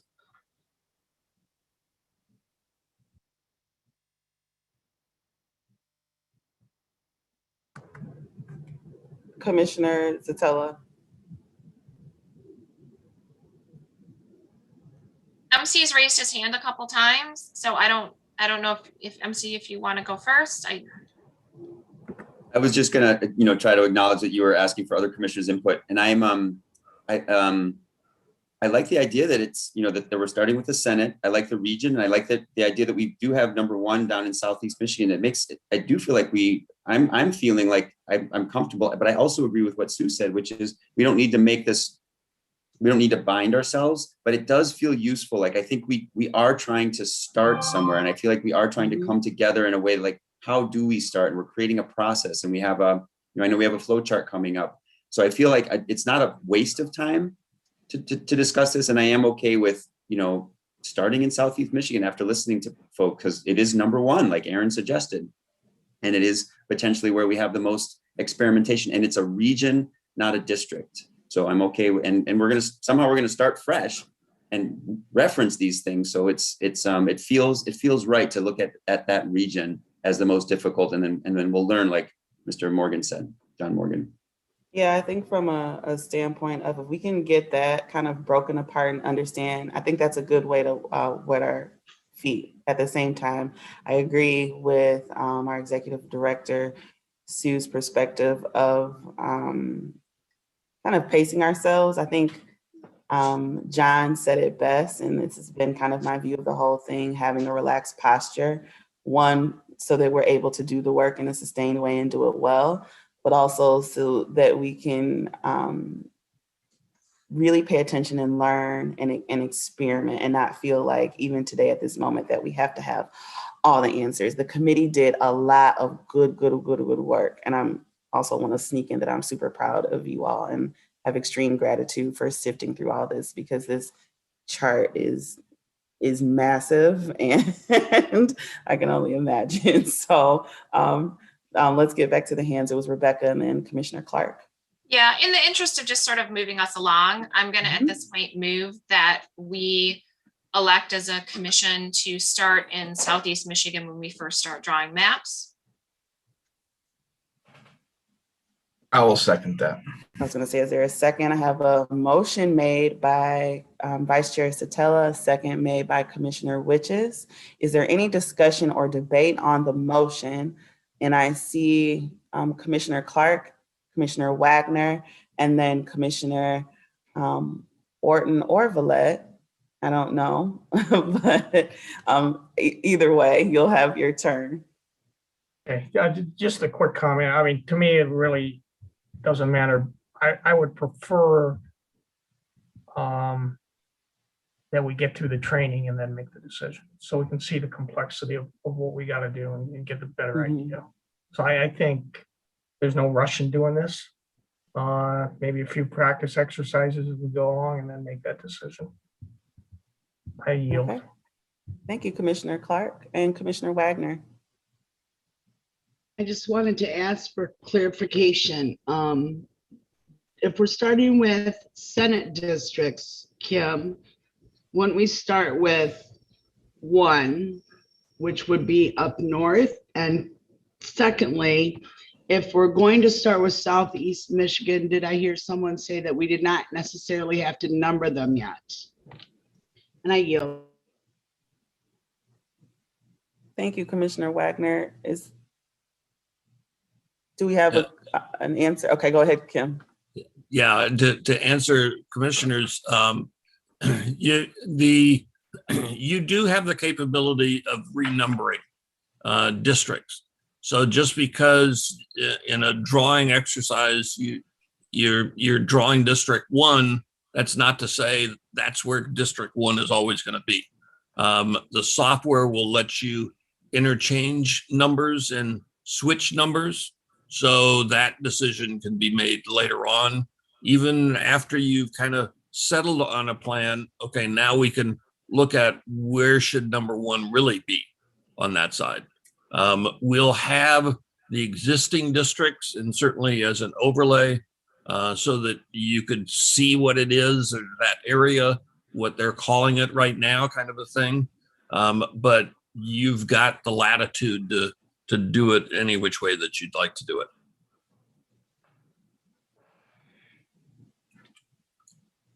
Thank you, Kim. Okay, I think it was Commissioner Orton, and then Commissioner Witches, Commissioner Lang, and then Commissioner Satella. So I think it's fine. I see it makes sense to start where the problems might be, but I was kind of going to say what Doug said. I think the exercise of us choosing the regions, making the regions that we're going to use, and playing around a little bit before we actually get the data to be able to start making districts will be really instructional. I think we'll all learn a lot, and maybe it would be good to make our decision after that. Okay. Commissioner, was it Witches and then Lang? Okay. Yeah, it was me, but I did see Sarah put her hand up. She does, yep. She has something important to say. Hi, Commissioners. Thank you. I just wanted to take this time to reiterate something that your general counsel pointed out, which is that when you all begin mapping, you all will be using some old population data for the state of Michigan.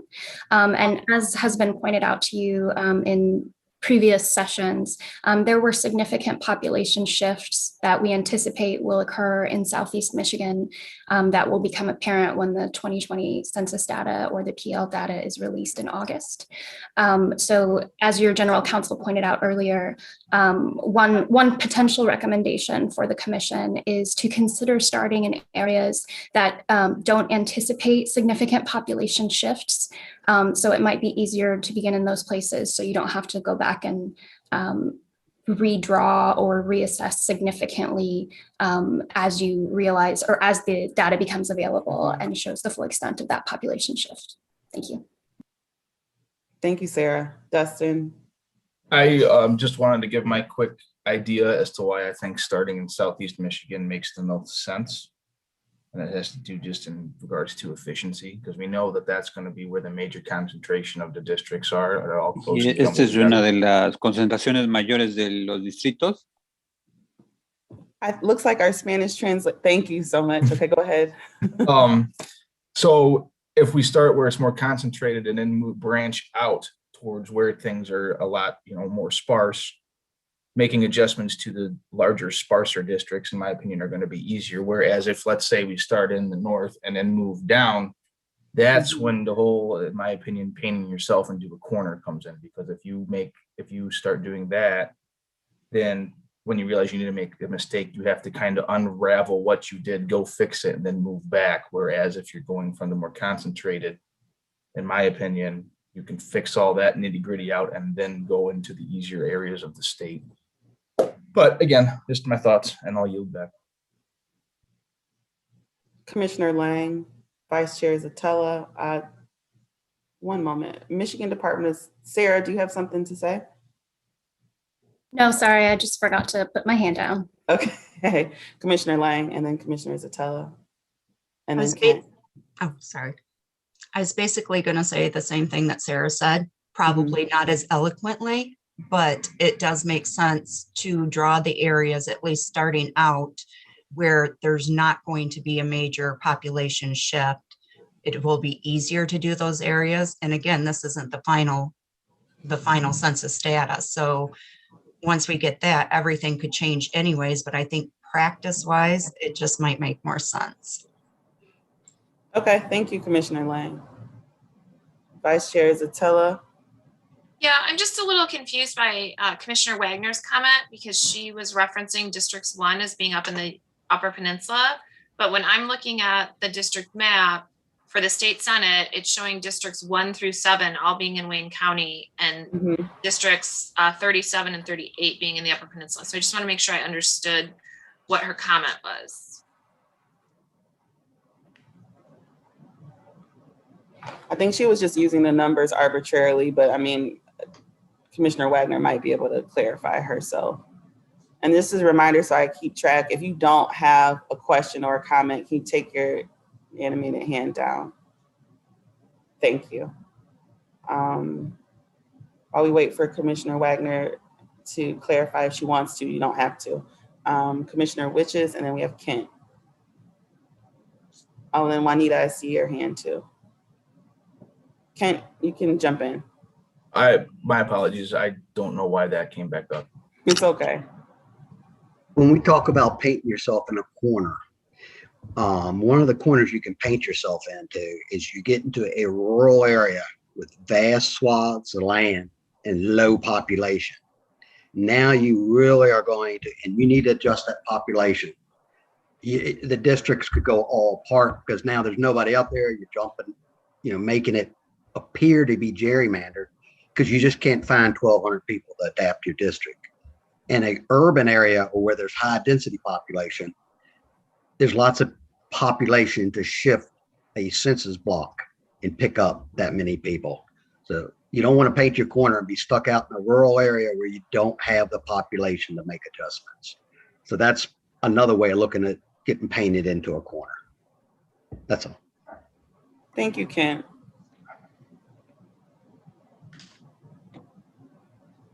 Juanita, did you still have a hand? Yeah, I was thinking that I agree with Sarah and Rhonda when it came to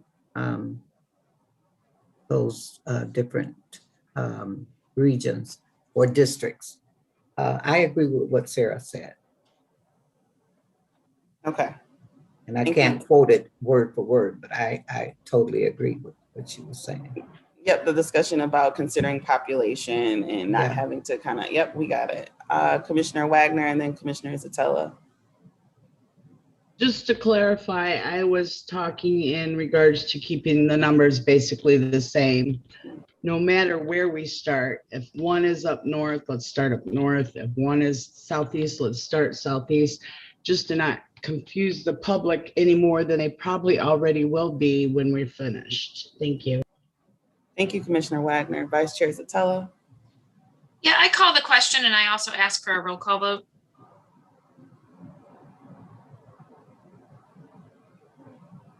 And for the purpose of our memories and the lengthy discussion, can we restate the motion, please? Or the question? Yeah, let me look back at the list of what we've got here so I get it right. So I move that the commission elect to begin drawing maps with the Southeast Michigan region. Is there a second? Motion made by Vice Chair Sotelo. Your second, Madam Chair, was Commissioner Witches. Thank you. It was such a long time back. Second made by Commissioner Witches and Michigan Department of State staff. Cynthia, did you still have a question or you took your hand down?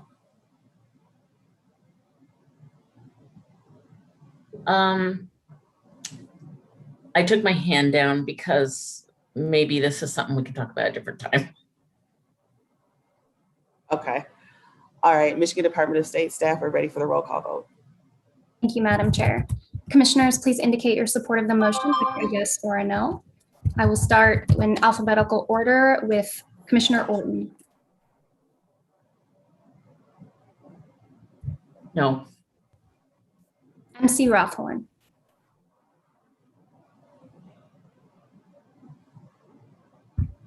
No. Rebecca Satella. I'm gonna vote yes. Janice Follett. No.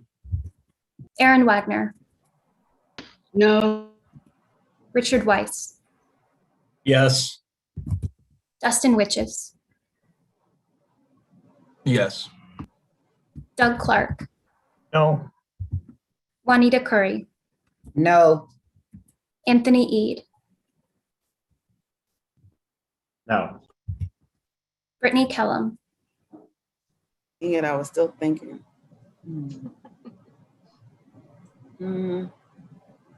Yes. Rhonda Lang. No. Steve Lett. No. By a vote of 9-4, the motion does not carry. Thank you, Michigan Department of State staff. Commissioner Clark. Yeah, I'd like to put a motion forward to table the discussion on this item till a later date. It's not a pressing item, in my opinion. Motion made by Commissioner Clark, seconded. It was like a double second. It's a motion to postpone this item, and second by Vice Chair Sotelo. Any discussion or debate on the postponement motion? And Michigan Department of State staff, keeping in the same vein, let's have a roll call vote for that as well, please. Certainly, Madam Chair. Thank you. Once more, commissioners, please indicate your support of the motion with a yes or a no. I will call names in alphabetical order, starting with MC Rothorn. Yes. Rebecca Satella. Yes. Janice Follett. Yes. Aaron Wagner. No. Richard Weiss. Yes. Dustin Witches. Yes. Doug Clark. Yes. Juanita Curry. Yes. Anthony Eade. Yes. Brittany Kellum. Yes. Rhonda Lang. This is tabling it. Did I hear it right? Postpone, yes. Yes. Steve Lett. No. Cynthia Orton. Yes. By a vote of 11-2, the motion carries. Thank you, Sarah Reinhardt.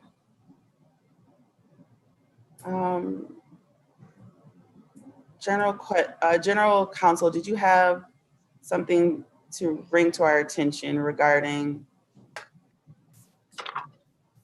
the chart? Yes, I believe, thank you, Madam Chair. You're welcome. I believe the additional recommendations that the committee took on Monday need to be uplifted. There were 3.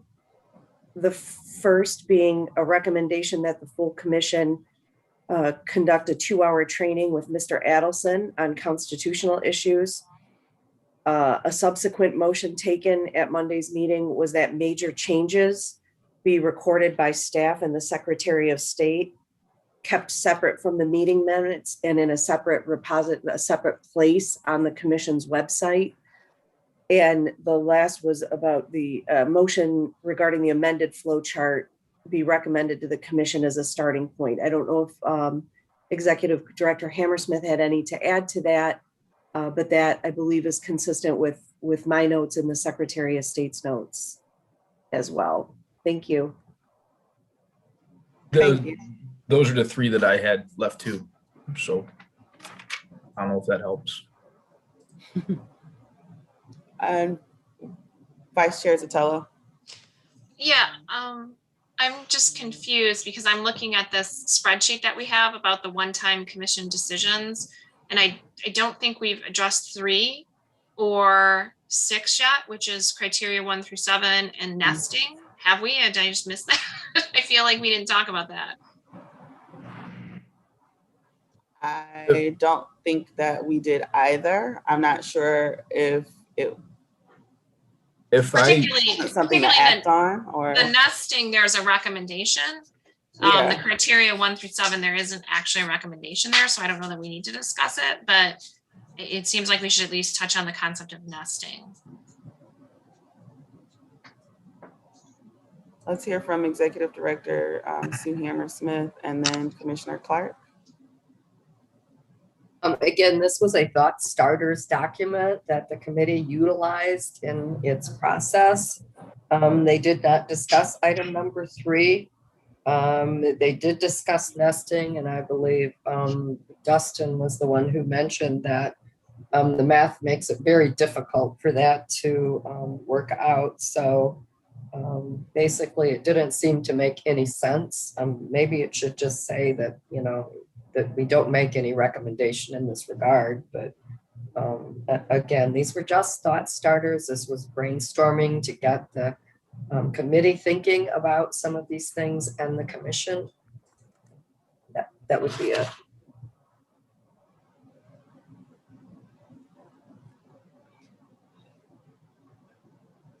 So many hands. Commissioner Dustin, do you need to jump in? Well, I was just going to say, we didn't actually have a motion to bring a recommendation forward in regard to nesting at all whatsoever, but I did bring it up earlier in we were discussing on what map to start. I just say, we did talk about nesting as well, and it was basically brought up that it would be extremely difficult, if not impossible, to do so. Okay, thank you. General Counsel Sue, Kim, and then Commissioner Clark. Thank you so much, Madam Chair. In addition to the technical and practical difficulties highlighted by the consultants relative to nesting, I would again state for the record that nesting is mentioned nowhere in the Constitution. It is not a requirement that this commission employ that. It's not one of the ranked criteria that the commission is bound to follow. So I would strongly advise against any activity dealing with nesting. Thank you, General Counsel. Sue?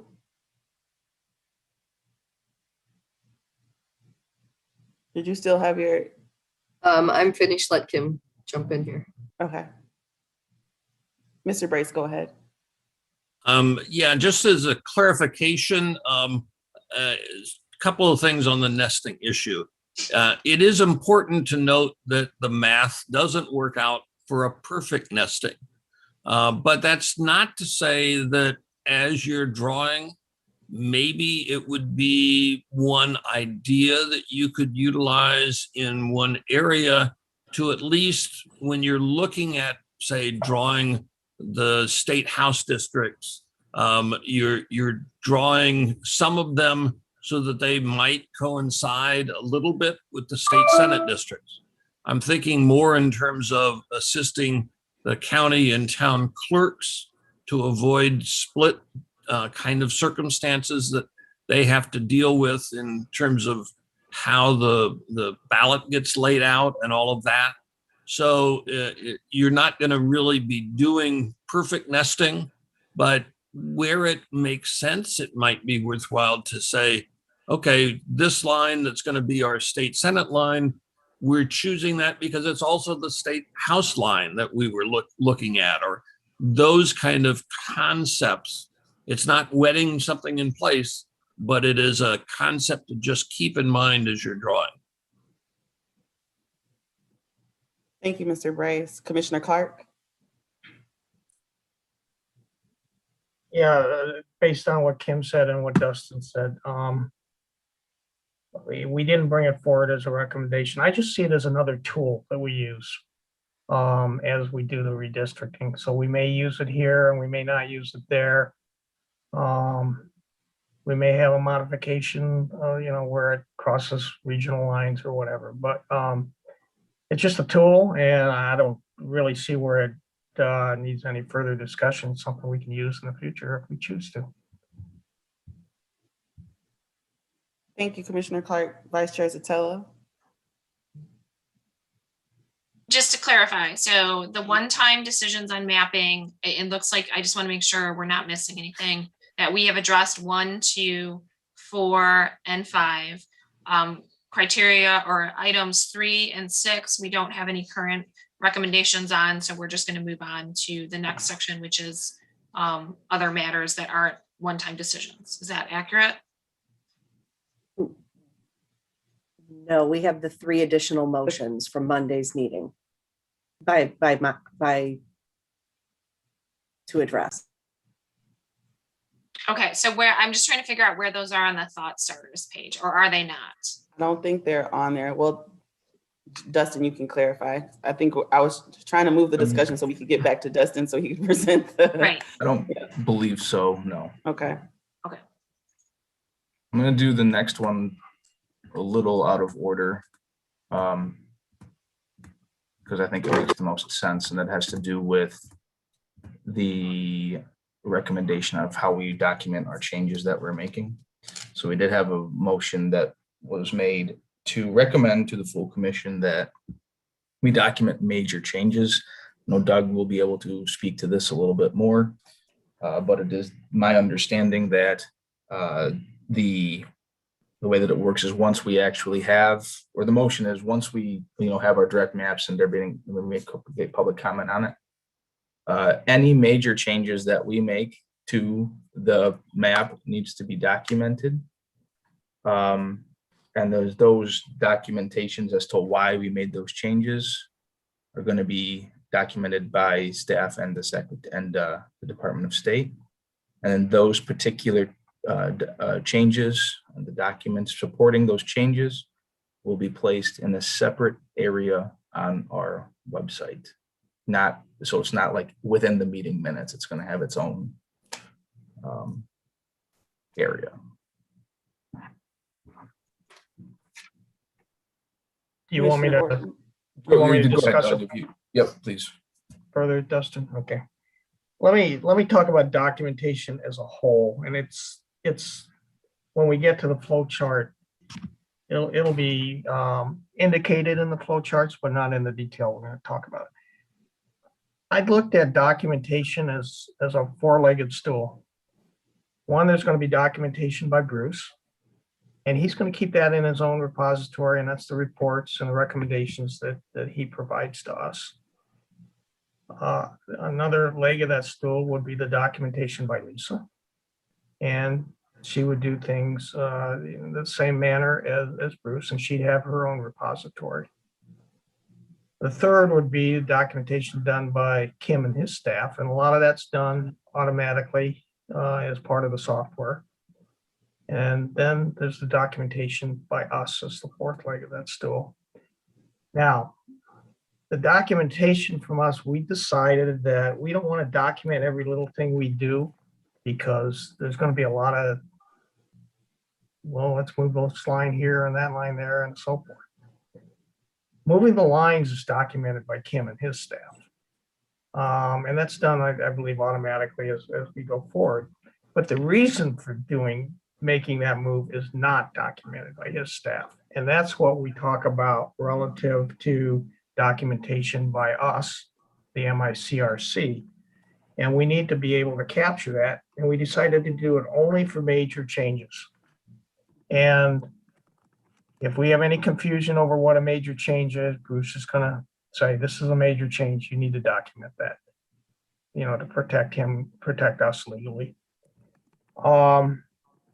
And so we decided that we don't want the 13 commissioners involved in documenting. We want them involved in focusing on the redistricting.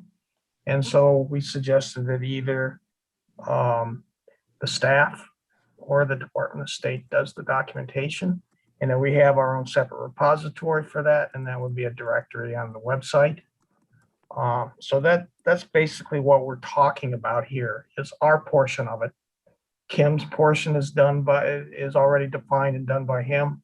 Bruce is the same, Lisa's the same. So we're just talking about us documenting major changes and the reasons that we're making those changes. And we're gonna have to justify the reasoning on those. So that's a little more detail on what we're talking about at this point. I yield back.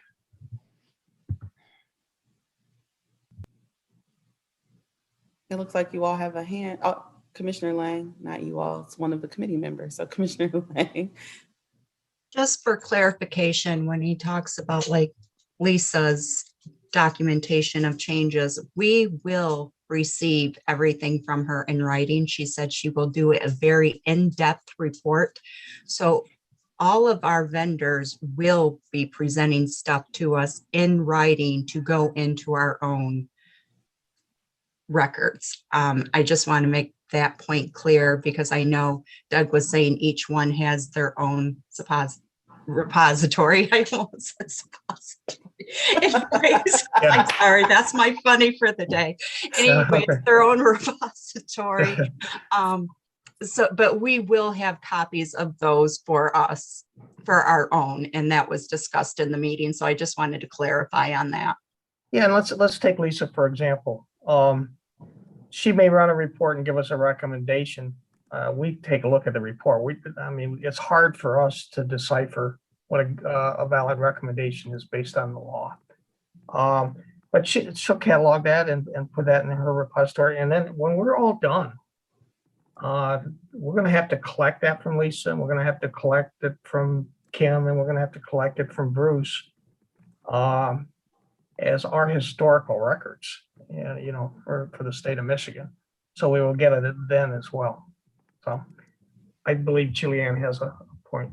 She does. General Counsel. Thank you, Madam Chair. Yes, during the committee meeting, I raised that per their contracts with the commission, all of your consultants' data are commission records. There's one official record of the commission kept by the Secretary of State's office per the Constitution. So again, the distinction we're saying is that these changes or template documents would be part of the official record, but for convenience sake, also listed separately on the website so that people could refer back to them. But again, all of the work product is our commission records under the contracts. So anything that was submitted during the mapping process would be immediately encapsulated in the record but all of their work product would also be part of the commission's records. So hopefully that's helpful. It's a small distinction, but a critical one. Thank you, General Counsel. Commissioner Clark. Yeah, I'd like to put a motion forward that we approve this method of documentation for what the MICRC is doing throughout the redistricting process. Motion made by Commissioner Clark. Is there a second? Second made by Commissioner Orton, also supported by Commissioner Lett. I saw you. Is there any discussion or debate on the motion? Sure. Madam Chair, was that to adopt the recommendation of the committee? Yes, for the method of documentation, yes.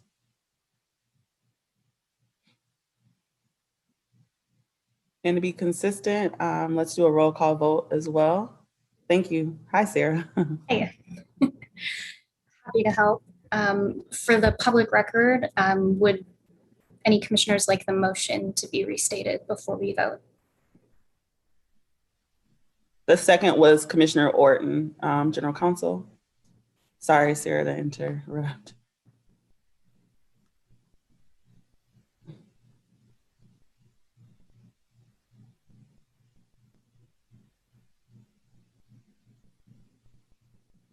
And the motion, I was waiting for someone else to volunteer. The motion is to adopt the method of documentation as laid out by the committee for the MICRC. Thank you, Madam Chair. You are welcome. Commissioners, please indicate your support of the motion with a yes or a no. I will call on commissioners in alphabetical order, starting with MC Rothorn, Yes. Rebecca Satella, Yes. Janice Follett, Yes. Aaron Wagner,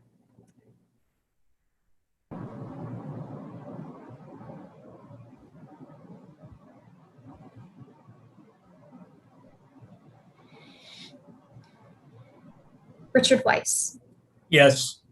Dustin Witches, Yes. Doug Clark, Yes. Juanita Curry, Yes. Anthony Eade,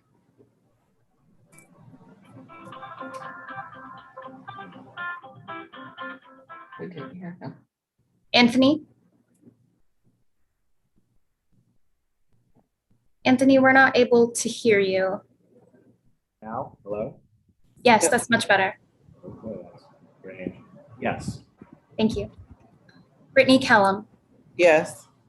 Rhonda Lang, Yes. Steve Lett, Yes. Cynthia Orton. Yes. I'd like to return to Commissioner Wagner if she's present. Thank you, Commissioner Wagner. With unanimous support, the motion carries. Thank you, Michigan Department of State staff. Dustin, I give you the floor for the last two recommendations. Thank you, Madam Chair. Well, Okay, so the next recommendation that we had is not necessarily pertaining to the actual process, but this is something that was brought up and highly suggested by Bruce Adelson. He would like to have a 2-hour training session ish with us so he can go over quite a bit of information with us when it comes to the Voting Rights Act. And have a pretty deep discussion with us relatively soon. So I don't know if that would need any kind of, well,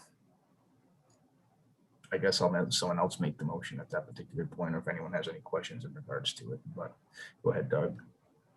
Yeah, I'll make the motion that that we have our executive director schedule that meeting with Bruce. I think it's beneficial to our continuing education. motion made by Commissioner Clark, seconded by Vice Chair Zatella. Is there any discussion or debate on the actual motion? I have Commissioner Wagner's hand that was up, and then Commissioner Eade, you'll go after her. Thank you. Are we going to afford Dr. Hanley the same courtesy? That wasn't brought up. I'm sure if she feels like that's needed, then we would do that to her as well. Allow her the courtesy.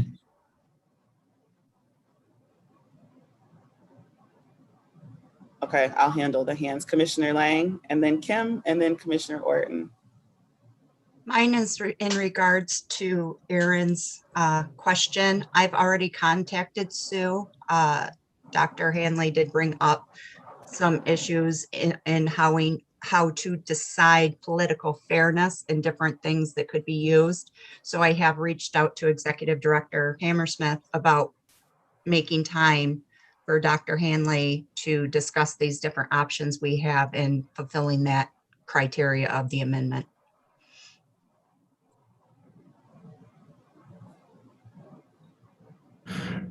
Cynthia, you no longer have a question? Just double checking. Oh, okay. And Mr. Brace and then Vice Chair Zatella. Certainly, I would think that because Lisa and Bruce both deal with Voting Rights Act, that she would be one that would also be online at the same time that Bruce is making his presentation, and she would be free to comment. But I see that she's put her screen on, so she's free to say what she wants to say.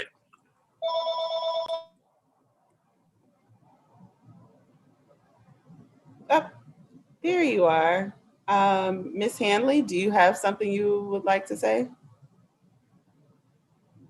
I feel like I pretty much said what I had to say about the Voting Rights Act, but I didn't talk about partisan fairness, and I'm a little bit worried that you haven't had any discussion about the possibilities of how to measure that. And so I thought perhaps another half an hour of statistical measures of partisan gerrymandering might not excite you, but maybe we should think about that. I don't know.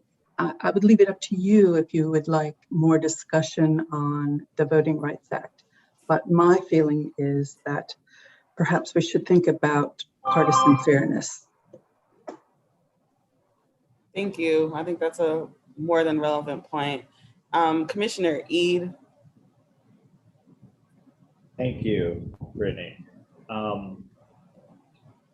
Was Mr. Adelson asking, if my recollection was correct, he was asking for 2 hours, but I believed he wanted those 2 hours to be since he's one of our lawyers, I don't know what the word is for confidentiality between a lawyer and a client. But I believe what he was asking for was more of a closed session, if my recollection is correct. So one, I'd like to know if that is in fact what he was asking for. And then two, about what Dr. Hanley just said. Yeah, I mean, I think we do need that. I stated in the subcommittee meeting that what we could really use is a memo that describes the different, statistical measurements of partisan fairness that we have discussed in the past with, our friends at different universities around here. We've discussed them, but we don't have as knowledgeable of an understanding of those measures as we should. So having that would definitely be helpful. Thank you, Commissioner Eid. Vice Chair Zatella, did you still have? No, I was just going to let you know that Dr. Hanley had turned her camera on, so that's all. Okay, thank you. General Counsel and then Commissioner Clark. Thank you so much, Madam Chair. So to answer Commissioner Ead's question, no, that would not be a closed session.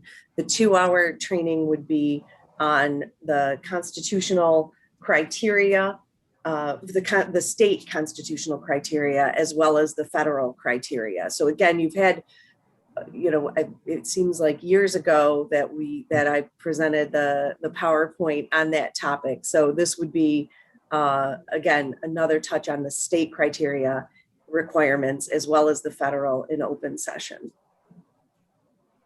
Thank you, General Counsel, for answering Commissioner Ead's question, and Commissioner Clark, and then Commissioner Lang. Yes, I'd like to amend the motion that I put forward to include an hour of education from Lisa relative to fairness and the fairness assessments that she'll be doing. So include an hour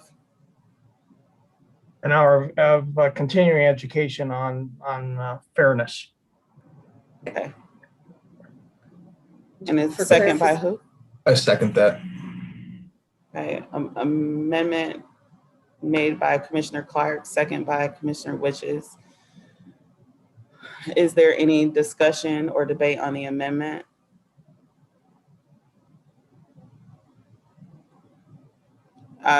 Commissioner Lang and then Kim. I just need clarification for the time for Mr. Adelson, and I see he's here so he can answer me. We were just told it was to go over the constitutional criteria that we have to meet. Is that in regards to just the VRA constitutional requirements, or is that all of them? Because as our general counsel stated, she has gone over some of them with us. So I just want clarification on that.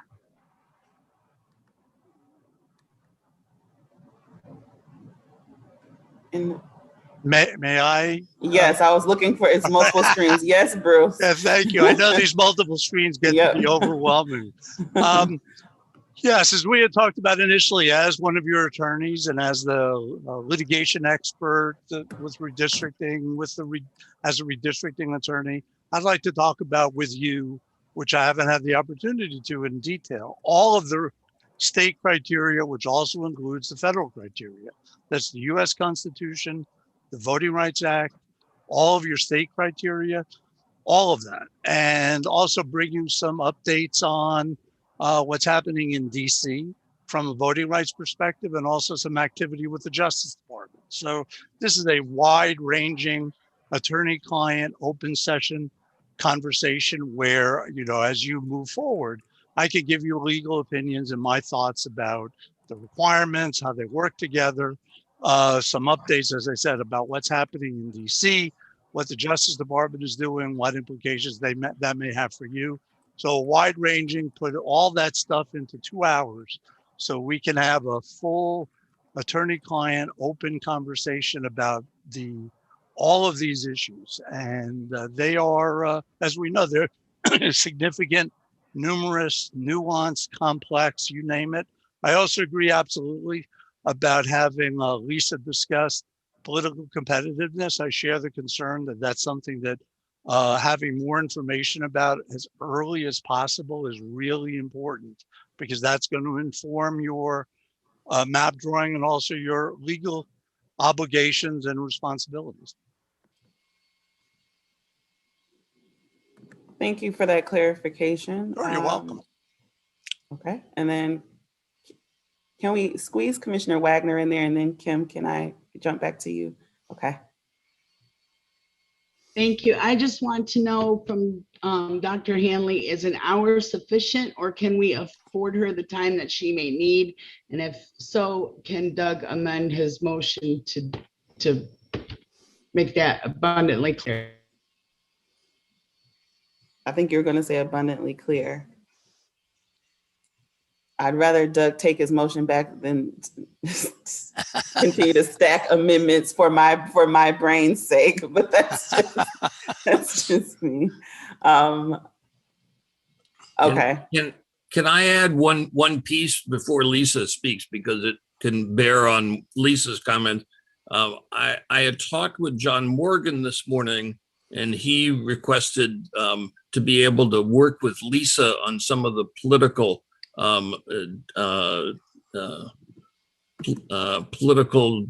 scenarios or political science pieces. So I would want him to work with Lisa on some of that, just from a staffing standpoint.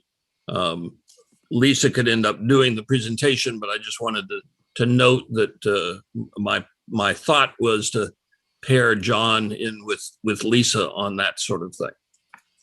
So Lisa, it's yours in terms of.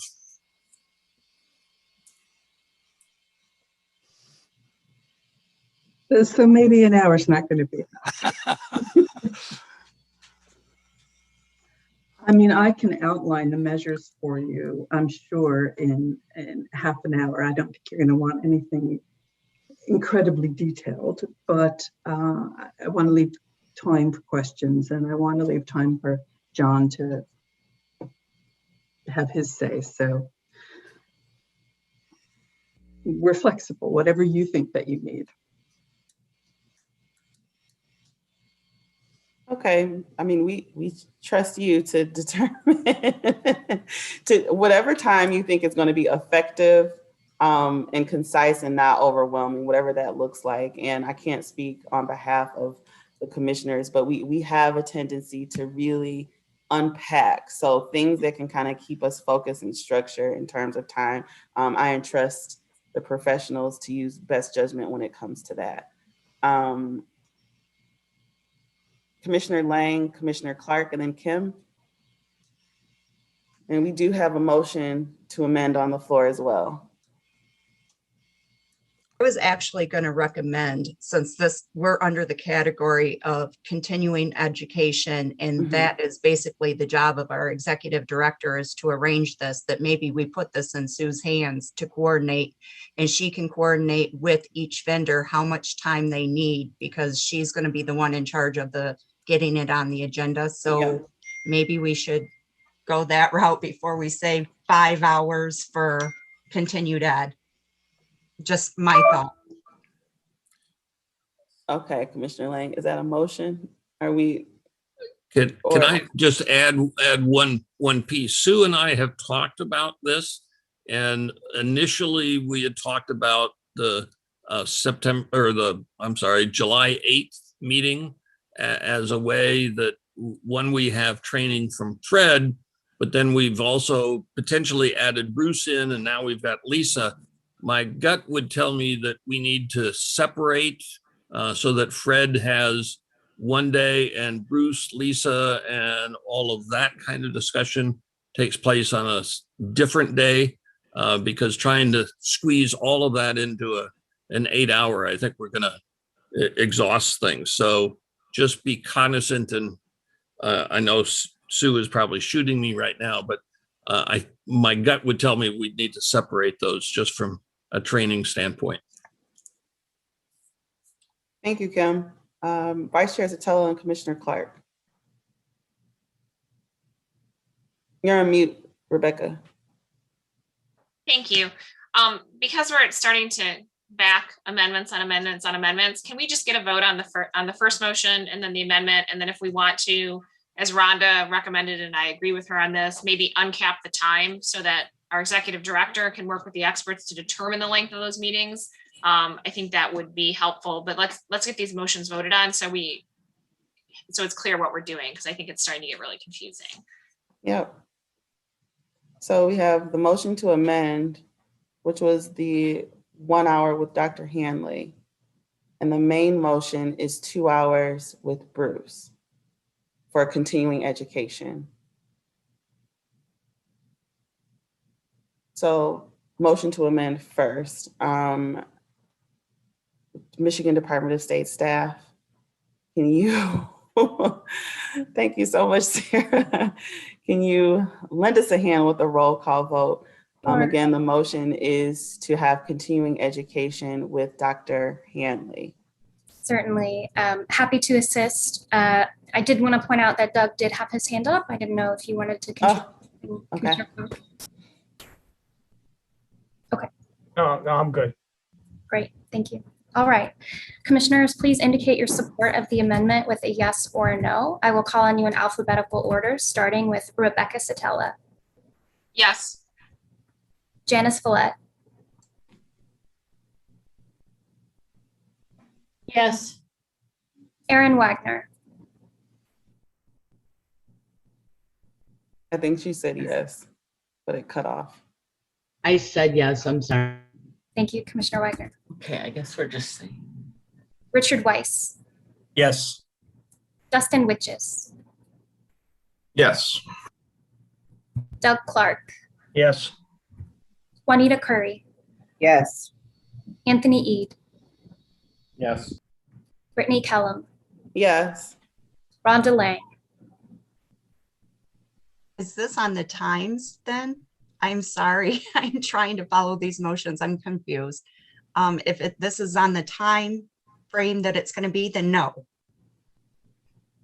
The motion, Commissioner Lang, on the table is a motion to amend the main motion to add language 1 hour for Dr. Hanley to cover partisan fairness. That is the motion to amend on the table.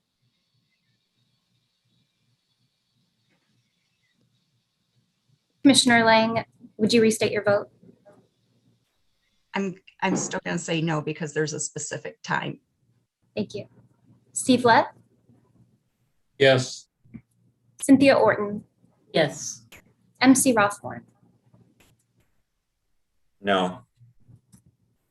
By a vote of 11-2, the motion carries.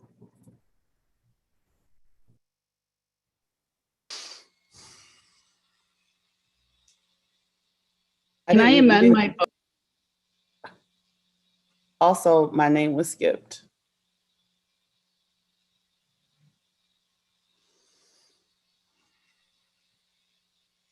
My apologies, Commissioner Kellum. It's okay. It's okay. This is, it's a lot going on. How would you like to cast your vote? Yes. Yes. And Commissioner Wagner, regarding your question, I defer to your general counsel. General counsel. Commissioner Wagner, my understanding is that you would like to recast your vote. Yes, ma'am. That's correct? Yes, ma'am. Okay, so that it would be a motion to reconsider because the final vote was already called, that the motion carried 11-2. So we could retake the vote. We'd need a motion to reconsider and then a reconsideration of the motion is the process. I motion to reconsider. Is there a second? I have a motion made by Commissioner Wagner, a second made by Commissioner Lang. Is there any discussion or debate on the motion to reconsider? Hearing none. Sarah Reinhardt, take it away with a roll call vote. Certainly. Commissioners, please indicate your vote, your support of the motion to reconsider with a yes or a no. I will go in alphabetical order, starting with Janice Follett, Yes. Yes. Aaron Wagner,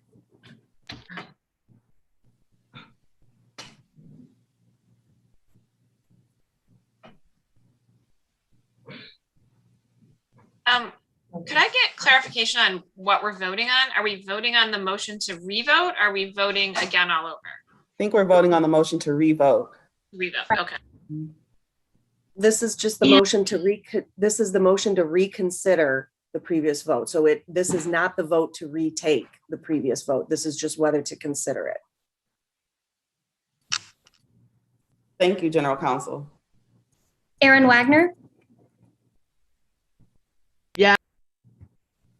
Richard Weiss, Yes. Dustin Witches, No. Doug Clark, No. Juanita Curry, Yes. Anthony Eade, Yes.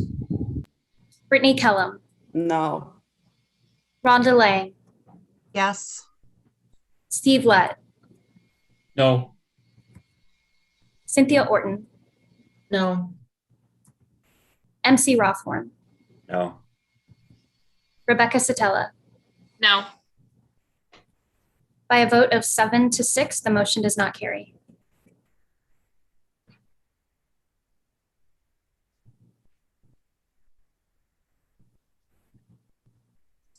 Is there, okay, so the next thing that we need to move on is the main motion as amended. Correct. And Sarah, you can go ahead with the roll call vote. The main motion is to have Bruce come in for continuing education. Thank you, Madam Chair. Commissioners, please indicate your support of the motion with a yes or a no. I will go in alphabetical order, starting with Aaron Wagner. Can I have clarification, point of clarification, please? General Counsel is about to clarify. Go ahead. So I think I can anticipate your question. Yeah, me Commissioner too. Lang. So the motion on the table currently is the main motion as amended, which is to have Mr. Adelson schedule a meeting for continuing education with Mr. Adelson for 2 hours. An additional 1 hour added to that continuing education meeting for Dr. Handley to cover partisan fairness. So it's the main motion as amended is the original motion of 2 hours for Mr. Adelson and the amendment that was approved for 1 hour for Dr. Handley. Thank you. Commissioner Lang, I apologize for being a lazy restater of the motion. Sarah Reinhardt, go ahead. Sure. I'll start with Aaron Wagner. I'm sorry, Commissioner Wagner, would you restate? No. Thank you. Richard Weiss, Yes. Dustin Witches, Yes. Doug Clark, Yes. Juanita Curry, Yes. Anthony Ede, No. Brittany Kellum, Yes. Rhonda Lang, No. Steve Lett, Yes. Cynthia Orton, Yes. MC Rothhorn, No.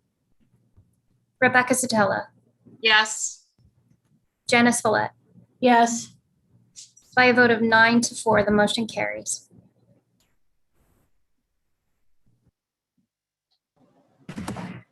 Thank you, Michigan Department of State.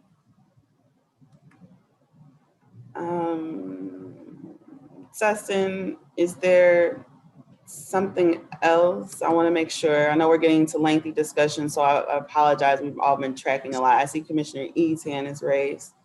Well, there is, but Yeah. Commissioner Ede can go before me.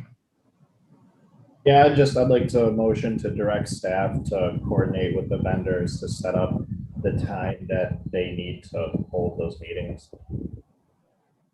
I don't, pause for a moment. Commissioners, General Counsel, please. Certainly the commission has the discretion and the authority to make that motion, but given the results of the prior vote, you've already directed staff to do so. Okay, then, never mind. I retract my motion. Thank you. I was like, no, we're not going back in the woods again.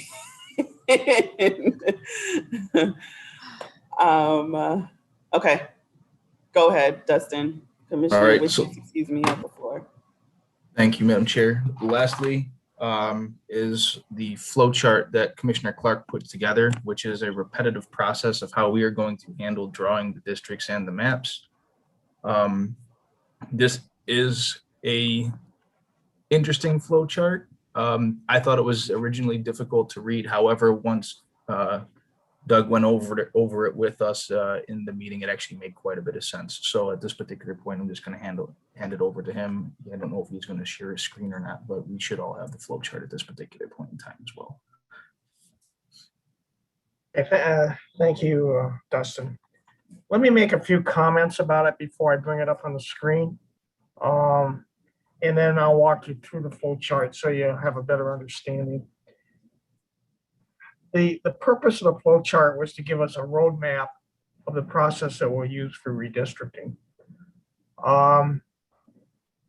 The input from this, I developed the original and then got input and comments from the subcommittee, as well as Bruce, as well as Lisa, as well as Kim and his staff. So some of the important things that you'll see as we go through it is you'll see points within the process where the vendors are going to interact.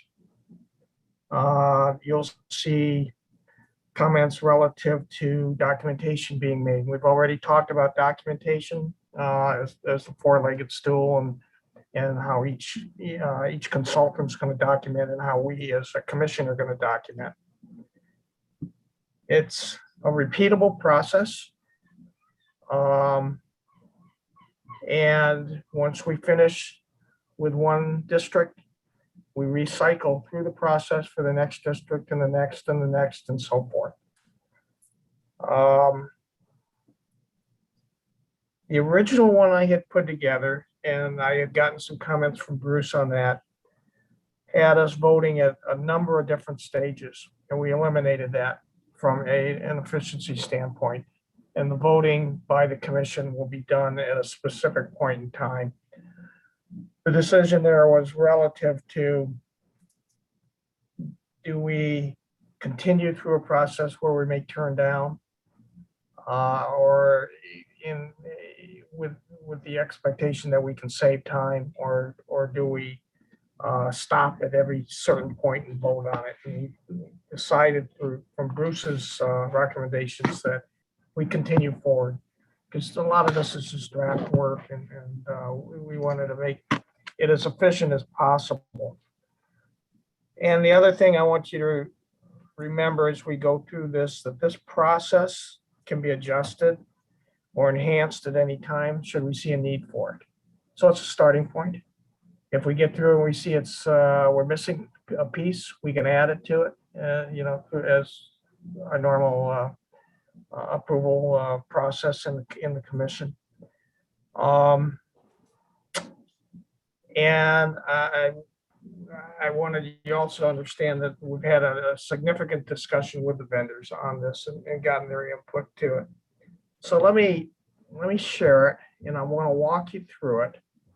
And then this is just a recommendation coming out of our subcommittee, that this is the process we use as we do redistricting. Let me say one other important point about it. It'll define how we do things, and we can use this as the roadmap, but I would contend that once we do 2 or 3 districts, you'll never look at this thing again. Unless it'll be ingrained in your brain that this is how we do the work, and we'll just continue doing it. And it'll serve a purpose of documenting that we're fair and we're doing the districts in the same process. And it'll document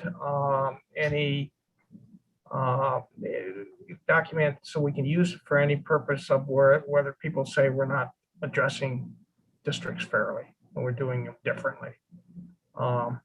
So keeping that in mind, let me bring it up. Let me share my screen. I'll bring it up. We'll walk through it.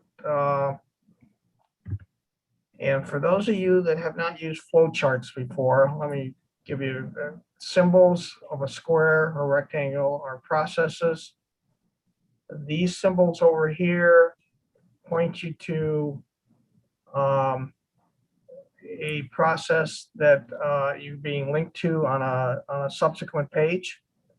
And there's another process which is, or another symbol, which is a diamond, which is a decision point where we decide yes or no to do something. Okay. So let me walk you through this. And then I'll take any questions from there, and then we can discuss whether we want to utilize this as we move forward. Dr. Hanley mentioned, I'll talk about this one first. Dr. Hanley mentioned that once she gets the data, she wants to perform an overall analysis with ideas of problem areas. And she wants to do that before we even get started in doing any redistricting, so she can identify those problem areas to us. So this will take place, and she'll do that independently, and then provide us with her recommendations on what she sees. So as we move through the process, first thing we're going to do after we get Dr. Hanley's data, of course, is to select whether we're working on the Congress or the state Senate or the state House. And we've already decided we're going to start with the state Senate. But as we cycle through this, we're going to get done at some point with the state Senate. So we're going to have to choose the state House or the state the Congress to move forward with. Once we've done that, we're going to select one of the regions that we want to work with. So let's assume we do our regions and we have 7 of them out there. So we're going to select whether we're going to start with region number 1 or region number 7 or number 5 or whatever. Then what we're going to do is identify the communities of interest for that region so that we have that data available. And we'll do that a number of ways. One is we have an automated, Kim can feed in the automated portion of the communities of interest and display that on our maps for us. And then we're going to have discussion on communities of interest for the public comments that we've heard. And at some point, those discussions are going to get documented and cataloged. And remember, we talked about our documentation as only being major changes or major points. So once we've identified that for the region, then we can start drawing. And so EDS will draw or adjust, and I say adjust because we may recycle a district through this process, and we're adjusting it. Initially, we're drawing it. We're going to draw a preliminary district with boundaries per the commission and the vendors' input. So they're going to start the discussion on that. And EDS is going to apply the COI to the district for the commissioner's direction. So we're going to have somebody in Kim's organization doing the work, but we're going to direct that work. And then that work will get documented. This points us to the next page, A, and you'll see A shows up on page 2. Okay, so once we get that COI on the map, so we can take a look at it, and we have a district, Dr. Handley is going to provide us with a report and recommendations. Now, it's important to note that Dr. Handley is going to be in these meetings with us. This is going to be real time. So we're not going to be waiting for it for a day or two or whatever. She will do that real time for us. So she'll do her analysis of the district, and she'll use her own tools and her own methods to do that. And then an analysis and recommendations will be documented by her in her repository. And they'll come back to us as recommendations. And so then we have a decision point. Does this meet the racial polarized criteria? And of course, that comes from the recommendation from Dr. Handley. If it does not, we need to document that, or she needs to document that.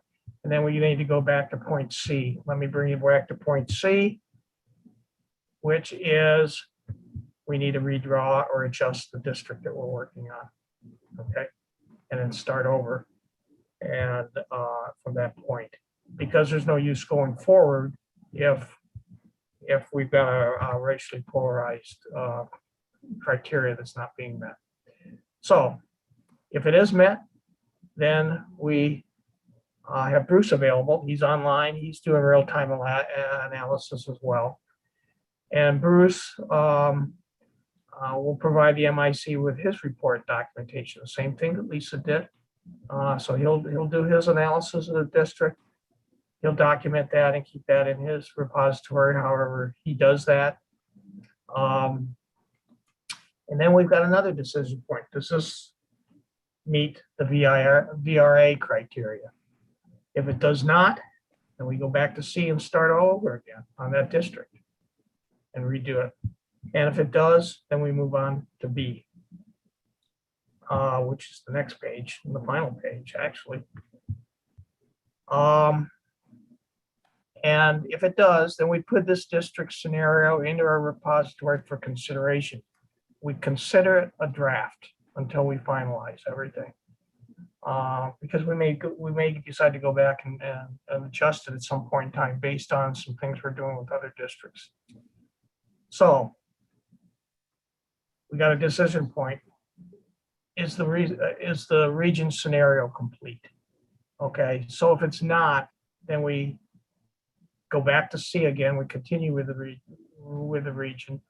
Yes, because it is complete. We continue it. We go back to C and we redo another district.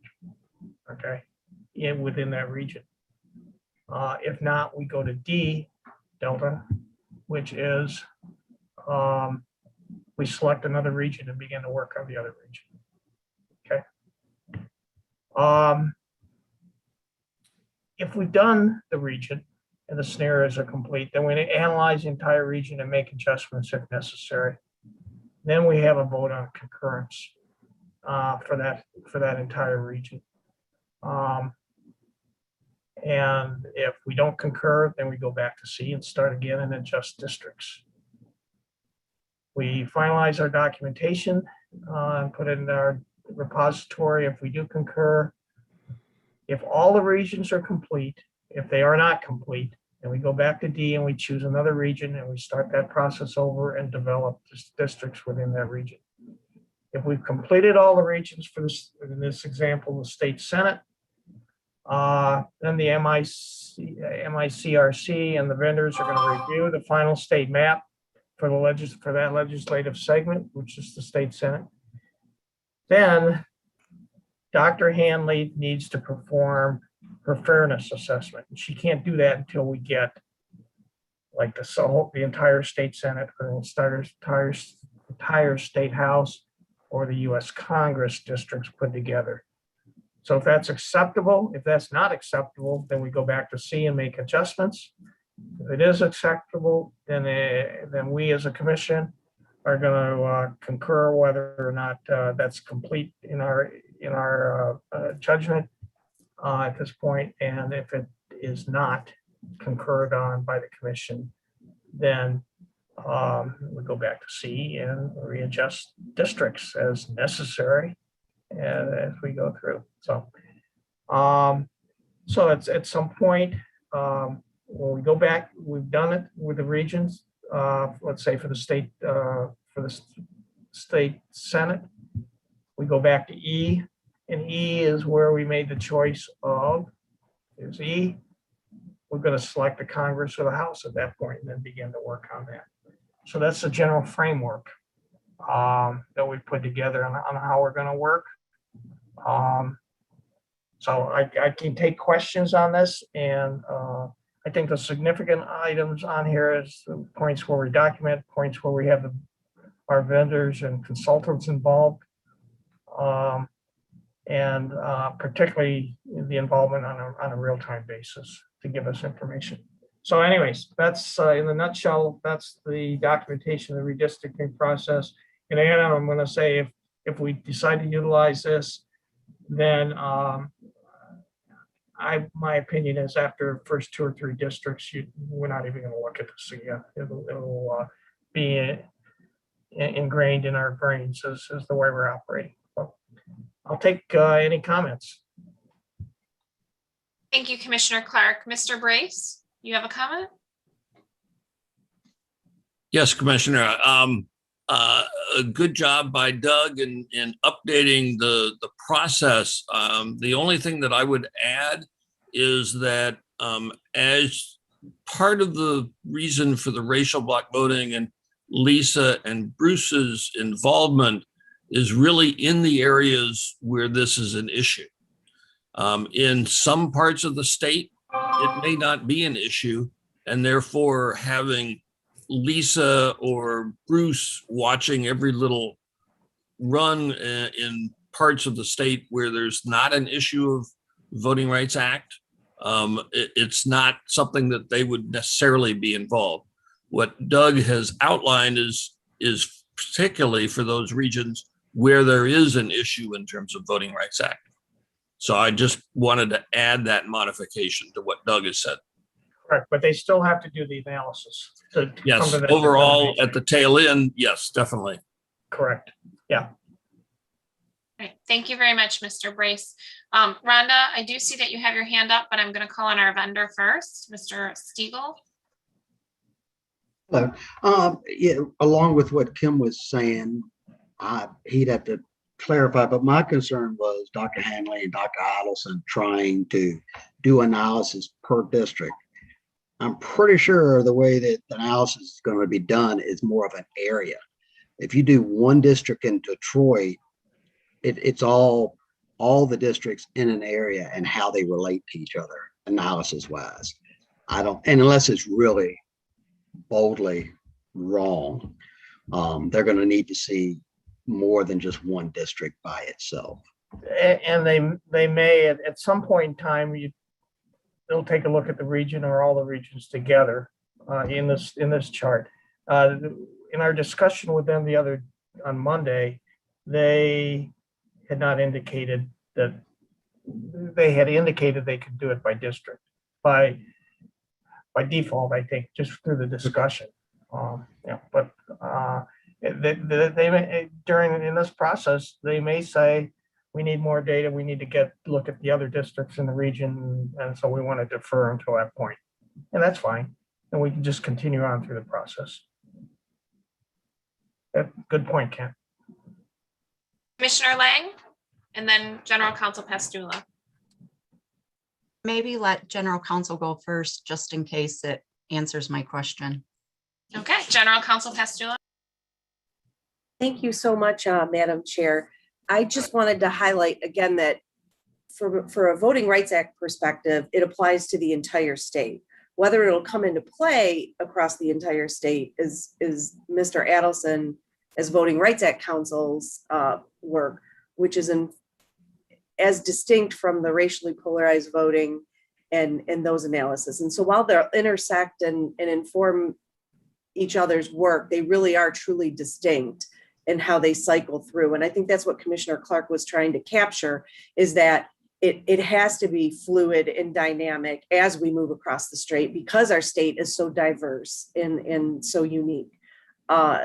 So again, kind of like how much time for Dr. Hanley versus, Mr. Adelson, it's kind of one of those things that I think will organically happen as the commission works through the process, with everybody playing their distinct roles. Thank you.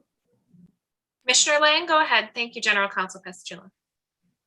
Okay, it wasn't. I have a quick question because my internet was unstable. So in your chart, it's saying that we vote on each district. Did I hear you right? I didn't have the visual up at the time. Let me go to the chart.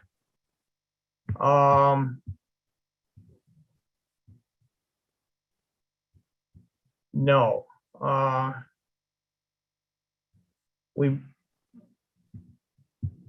Hold on.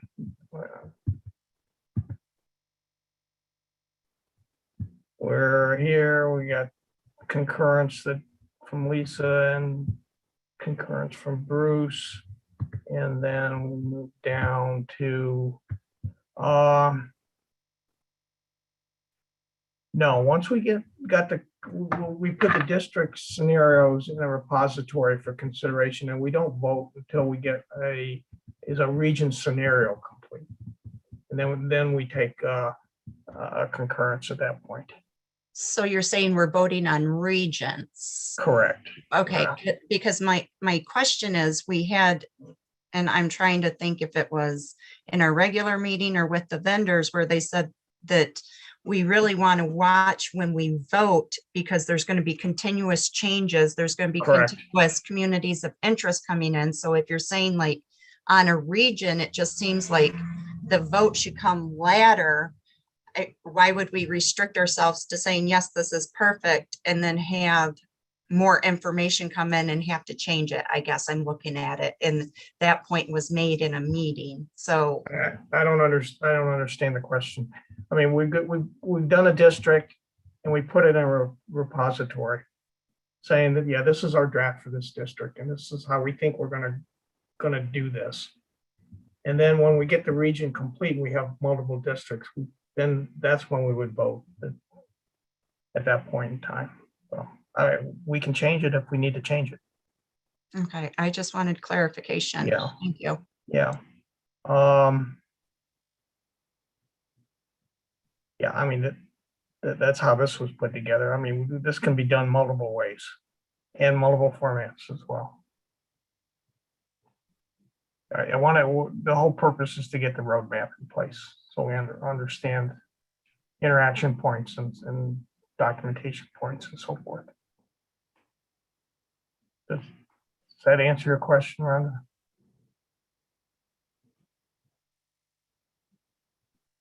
Okay, Commissioner Wagner, go ahead.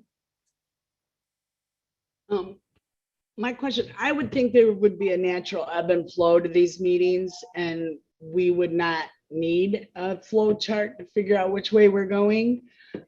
So that was my question. And another one is someone going to be standing there with the flow chart and say, okay, this is our next step?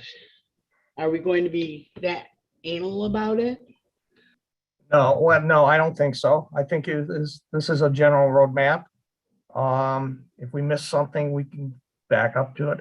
the person that's going to lead it is whoever's chairing that segment of the meeting.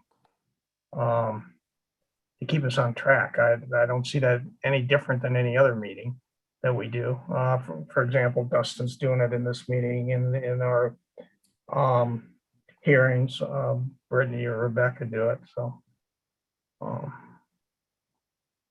I mean, they would have to make sure that we're on track. I mean, it's nothing real strict, but we should follow it. It's a flow, and we should do things in this order. And if we recommend that, or if we decide to do it in this order, and we have it documented for future use. So let me get somebody else. Cynthia, your comment.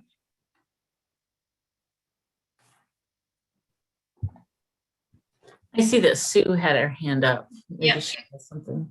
Yeah, I was going to call on Executive Director Hammersmith next. Why don't you go ahead?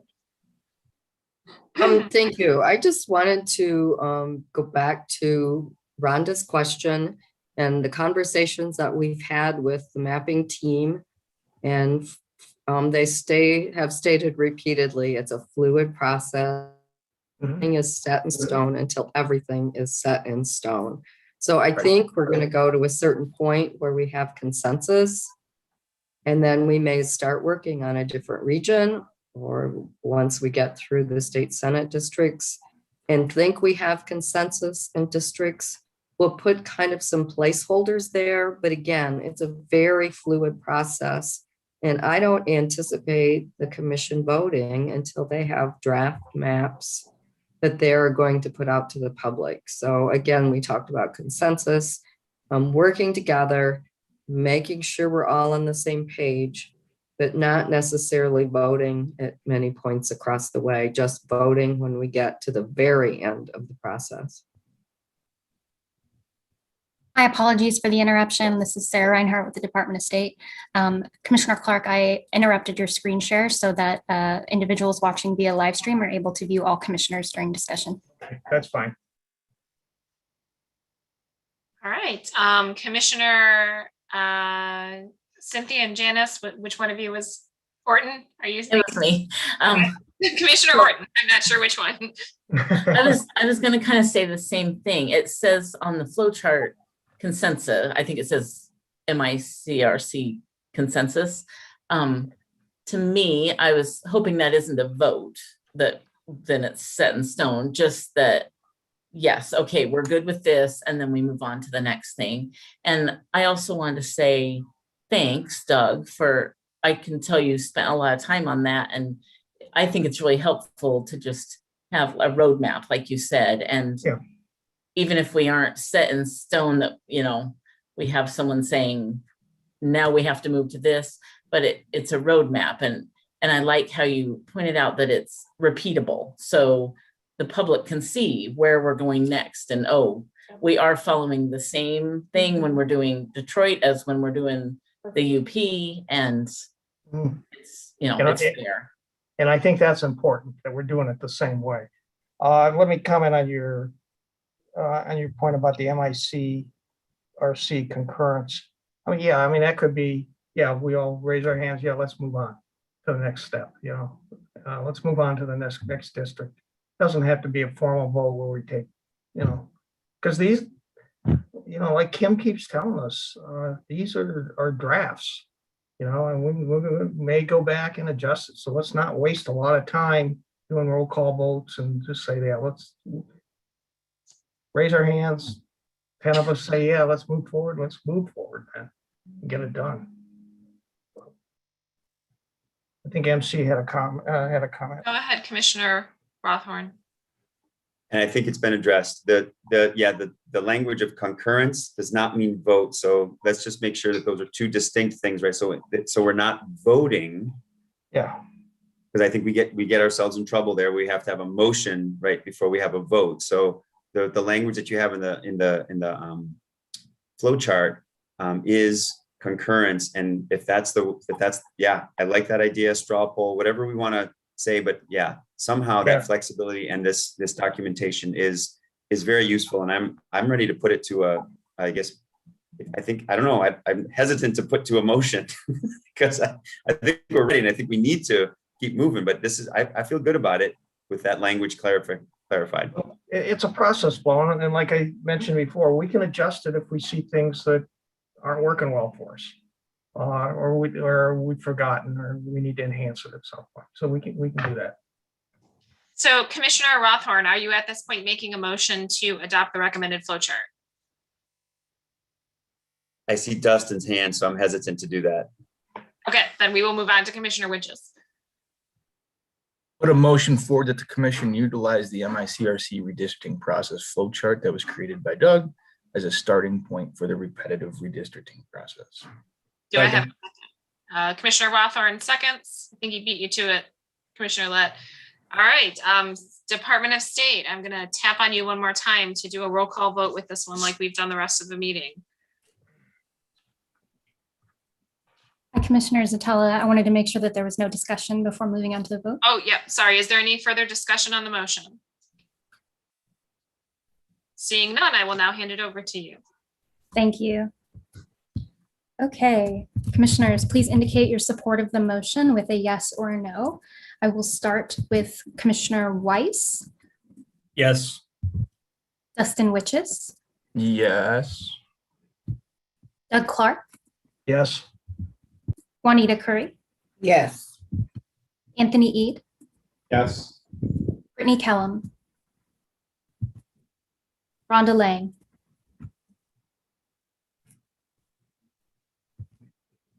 Steve Lett, Yes. Cynthia Orton, Yes. MC Rothorn, Yes. Rebecca Zatella, Yes. Janice Follett, Yes. Aaron Wagner. No. I'd like to return to Commissioner Kellum if she is present, Commissioner Kellum has stepped away, so she is no longer present. and Commissioner Lang. I'm sorry, my internet is crazy. Can you hear me? Yes, we can hear you. Okay, thank you. I'm going to go no. Thank you. By a vote of 10-2, the motion passes. Thank you very much.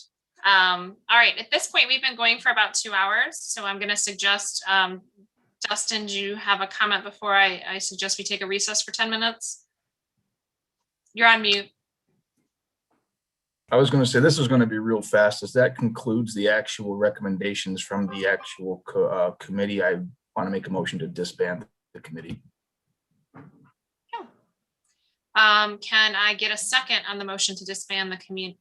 Looks like Juanita Curry has raised her hand. So we have a motion by Commissioner Witches, seconded by Commissioner Curry to disband the subcommittee. I'm not sure what the formal name of it is. Commissioner Witches, can you help me out? What was the name of it? Yeah, the redistricting process subcommittee. The redistricting process subcommittee. Is there any discussion on the motion? Okay, seeing none, I will turn it over again to Department of State to take a roll call vote. Please indicate your support of the motion with a yes or a no. I will go in alphabetical order, starting with Commissioner Witches. Yes. Doug Clark, Yes. Juanita Curry, Yes.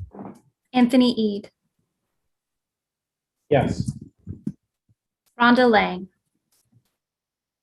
Yes. Steve Lett, Yes. Cynthia Orton, Yes. MC Rothorn, Yes. Rebecca Zatella, Yes. Janice Follett, Yes. Aaron Wagner. Yeah. Richard Weiss. Yes. With 12 commissioners in favor, the motion carries. All right, thank you very much. Okay, so at this point, I'm going to suggest we take a 10-minute recess and convene back at 12:35.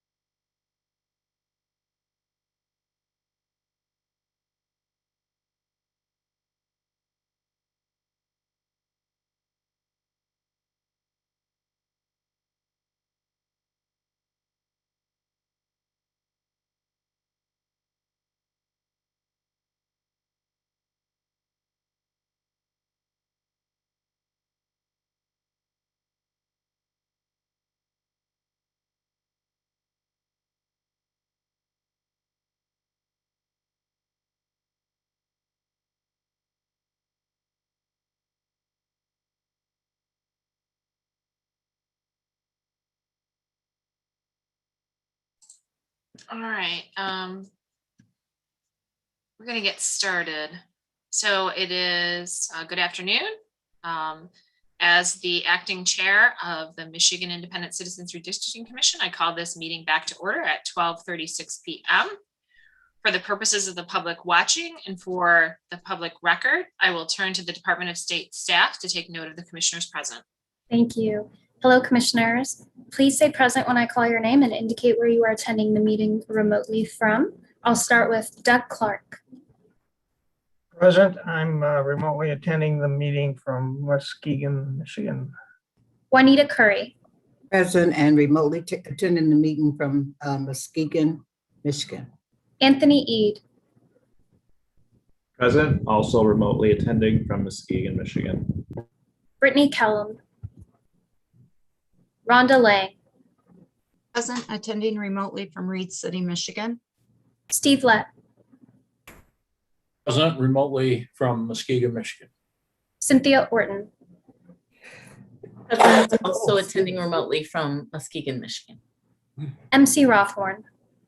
Present, attending remotely from Muskegon, Michigan. Rebecca Satella. Present, attending remotely from Wayne County, Michigan. Janice Follett. Present, attending remotely from Muskegon, Michigan. Aaron Wagner. Present, attending remotely from Charlotte, Michigan. Richard Weiss. Present, attending remotely from Muskegon, Michigan. Dustin Witches. I'm present and I am attending remotely from Muskegon, Michigan. Thank you. 12 commissioners are present and there is a quorum. Thank you very much. So having completed new business agenda item 7A, we will now move on to new business agenda item 7B. Without objection, Executive Director Hammersmith will provide some information regarding the process to incorporate communities of interest into the mapping process. Hearing no objection, please proceed, Executive Director Hammersmith. Certainly, I don't believe we have enough time to get into any in-depth discussion on communities of interest. And frankly, until we start seeing communities of interest on a map, I think it's going to be very hard to discuss that process. We will schedule that out fairly quickly as something for the commission to engage in with our mappers. So seeing those on the map and then starting to discuss how do we utilize that information to incorporate that into the maps. So I would defer to a later time on that topic, and we will definitely get some more information and some recommendations for consideration by the commission then. Okay. General Counsel Pastula, do we need to have a motion to just defer that until later discussion, or can we just move on? Thank you, Madam Chair. You can do, you could motion to postpone would be in order, and it is not necessary to state a date certain if the commission does not wish to do so. Okay. I will entertain a motion to postpone agenda item 7B, communities of interest process. Commissioner Rothhorn? Yes. So moved. Second by Commissioner Clark. So we have a motion by Commissioner Rothhorn, second by Commissioner Clark. Rhonda, did you have a point for discussion? I do. I think we're doing a disservice. This has been something that we've wanted to discuss for months, and it actually would have helped with our hearings, our listening tours, if we had a better definition of communities of interest, how we are going to incorporate them into it. And I just feel we're moving backwards by pushing it off again. But that's just my opinion. I just wanted to voice it. Thank you. Any other discussion on the motion? Commissioner Clark? Yeah, I want to support Rhonda's point relative to the importance of this. And if it is being put off, and I know we've got a time constraint here today, if it is being put off, that we get it scheduled as quickly as possible.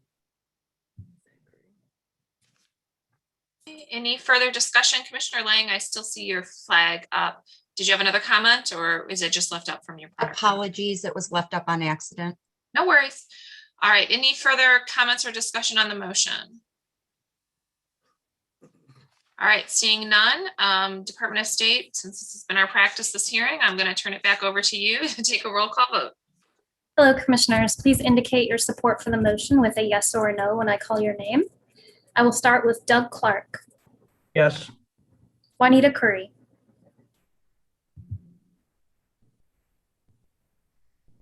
Juanita Curry,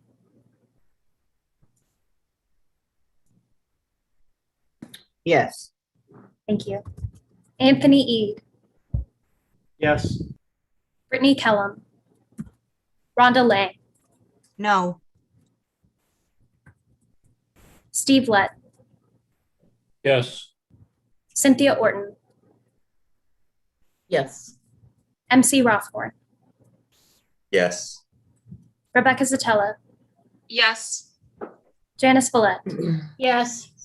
Aaron Wagner. No. Apologies, Commissioner Wagner. Would you restate your vote? No. Thank you. Richard Weiss, Yes. Dustin Witches. Yes. By a vote of 10-2, the motion carries. Thank you very much. So moving on to future agenda items. Without objection, our Executive Director Hammersmith will provide information on future meetings and agenda items. Hearing no objection, please proceed, Executive Director Hammersmith. What I would like to bring to our meeting tomorrow is a comprehensive calendar. MDOS and MICRC staff have been working on this in conjunction with our consultants. When we have so many individuals weighing in, it takes a little longer to get things finalized, but it is our intent to bring to you tomorrow a detailed calendar about our future work plan that will include the communities of interest on a date on the calendar. And we will work toward making it very clear about process and how we will engage going forward. So I'm hoping that that will create the specificity that you need moving forward in order to adjust your schedules accordingly, knowing that we're going to very quickly get into the heart of the process. All right, thank you very much, Executive Director Hammersmith. We will move on to announcements. Are there any announcements that any commissioners have to make at this point? Okay, seeing none. Without objection, Executive Director will now provide any announcements that she has. Hearing no objections, please proceed, Executive Director Hammersmith. I have no further announcements. Thank you. Okay, fantastic. All right, seeing how the items on our agenda are completed and the commission has no further business, a motion to adjourn is in order. May I have a motion to adjourn? So moved. Was that Commissioner Witches? Can I get a second? Second. Commissioner Orton with the second. So motion by Commissioner Witches, seconded by Commissioner Orton to adjourn. All in favor, please raise your hand and say aye. Aye. Aye. All opposed, same sign. And Rhonda, can you please verbally indicate because we can't? Aye. Aye, okay. All right, so the motion carries by 12-0 and we will be adjourned. Everybody have a great day.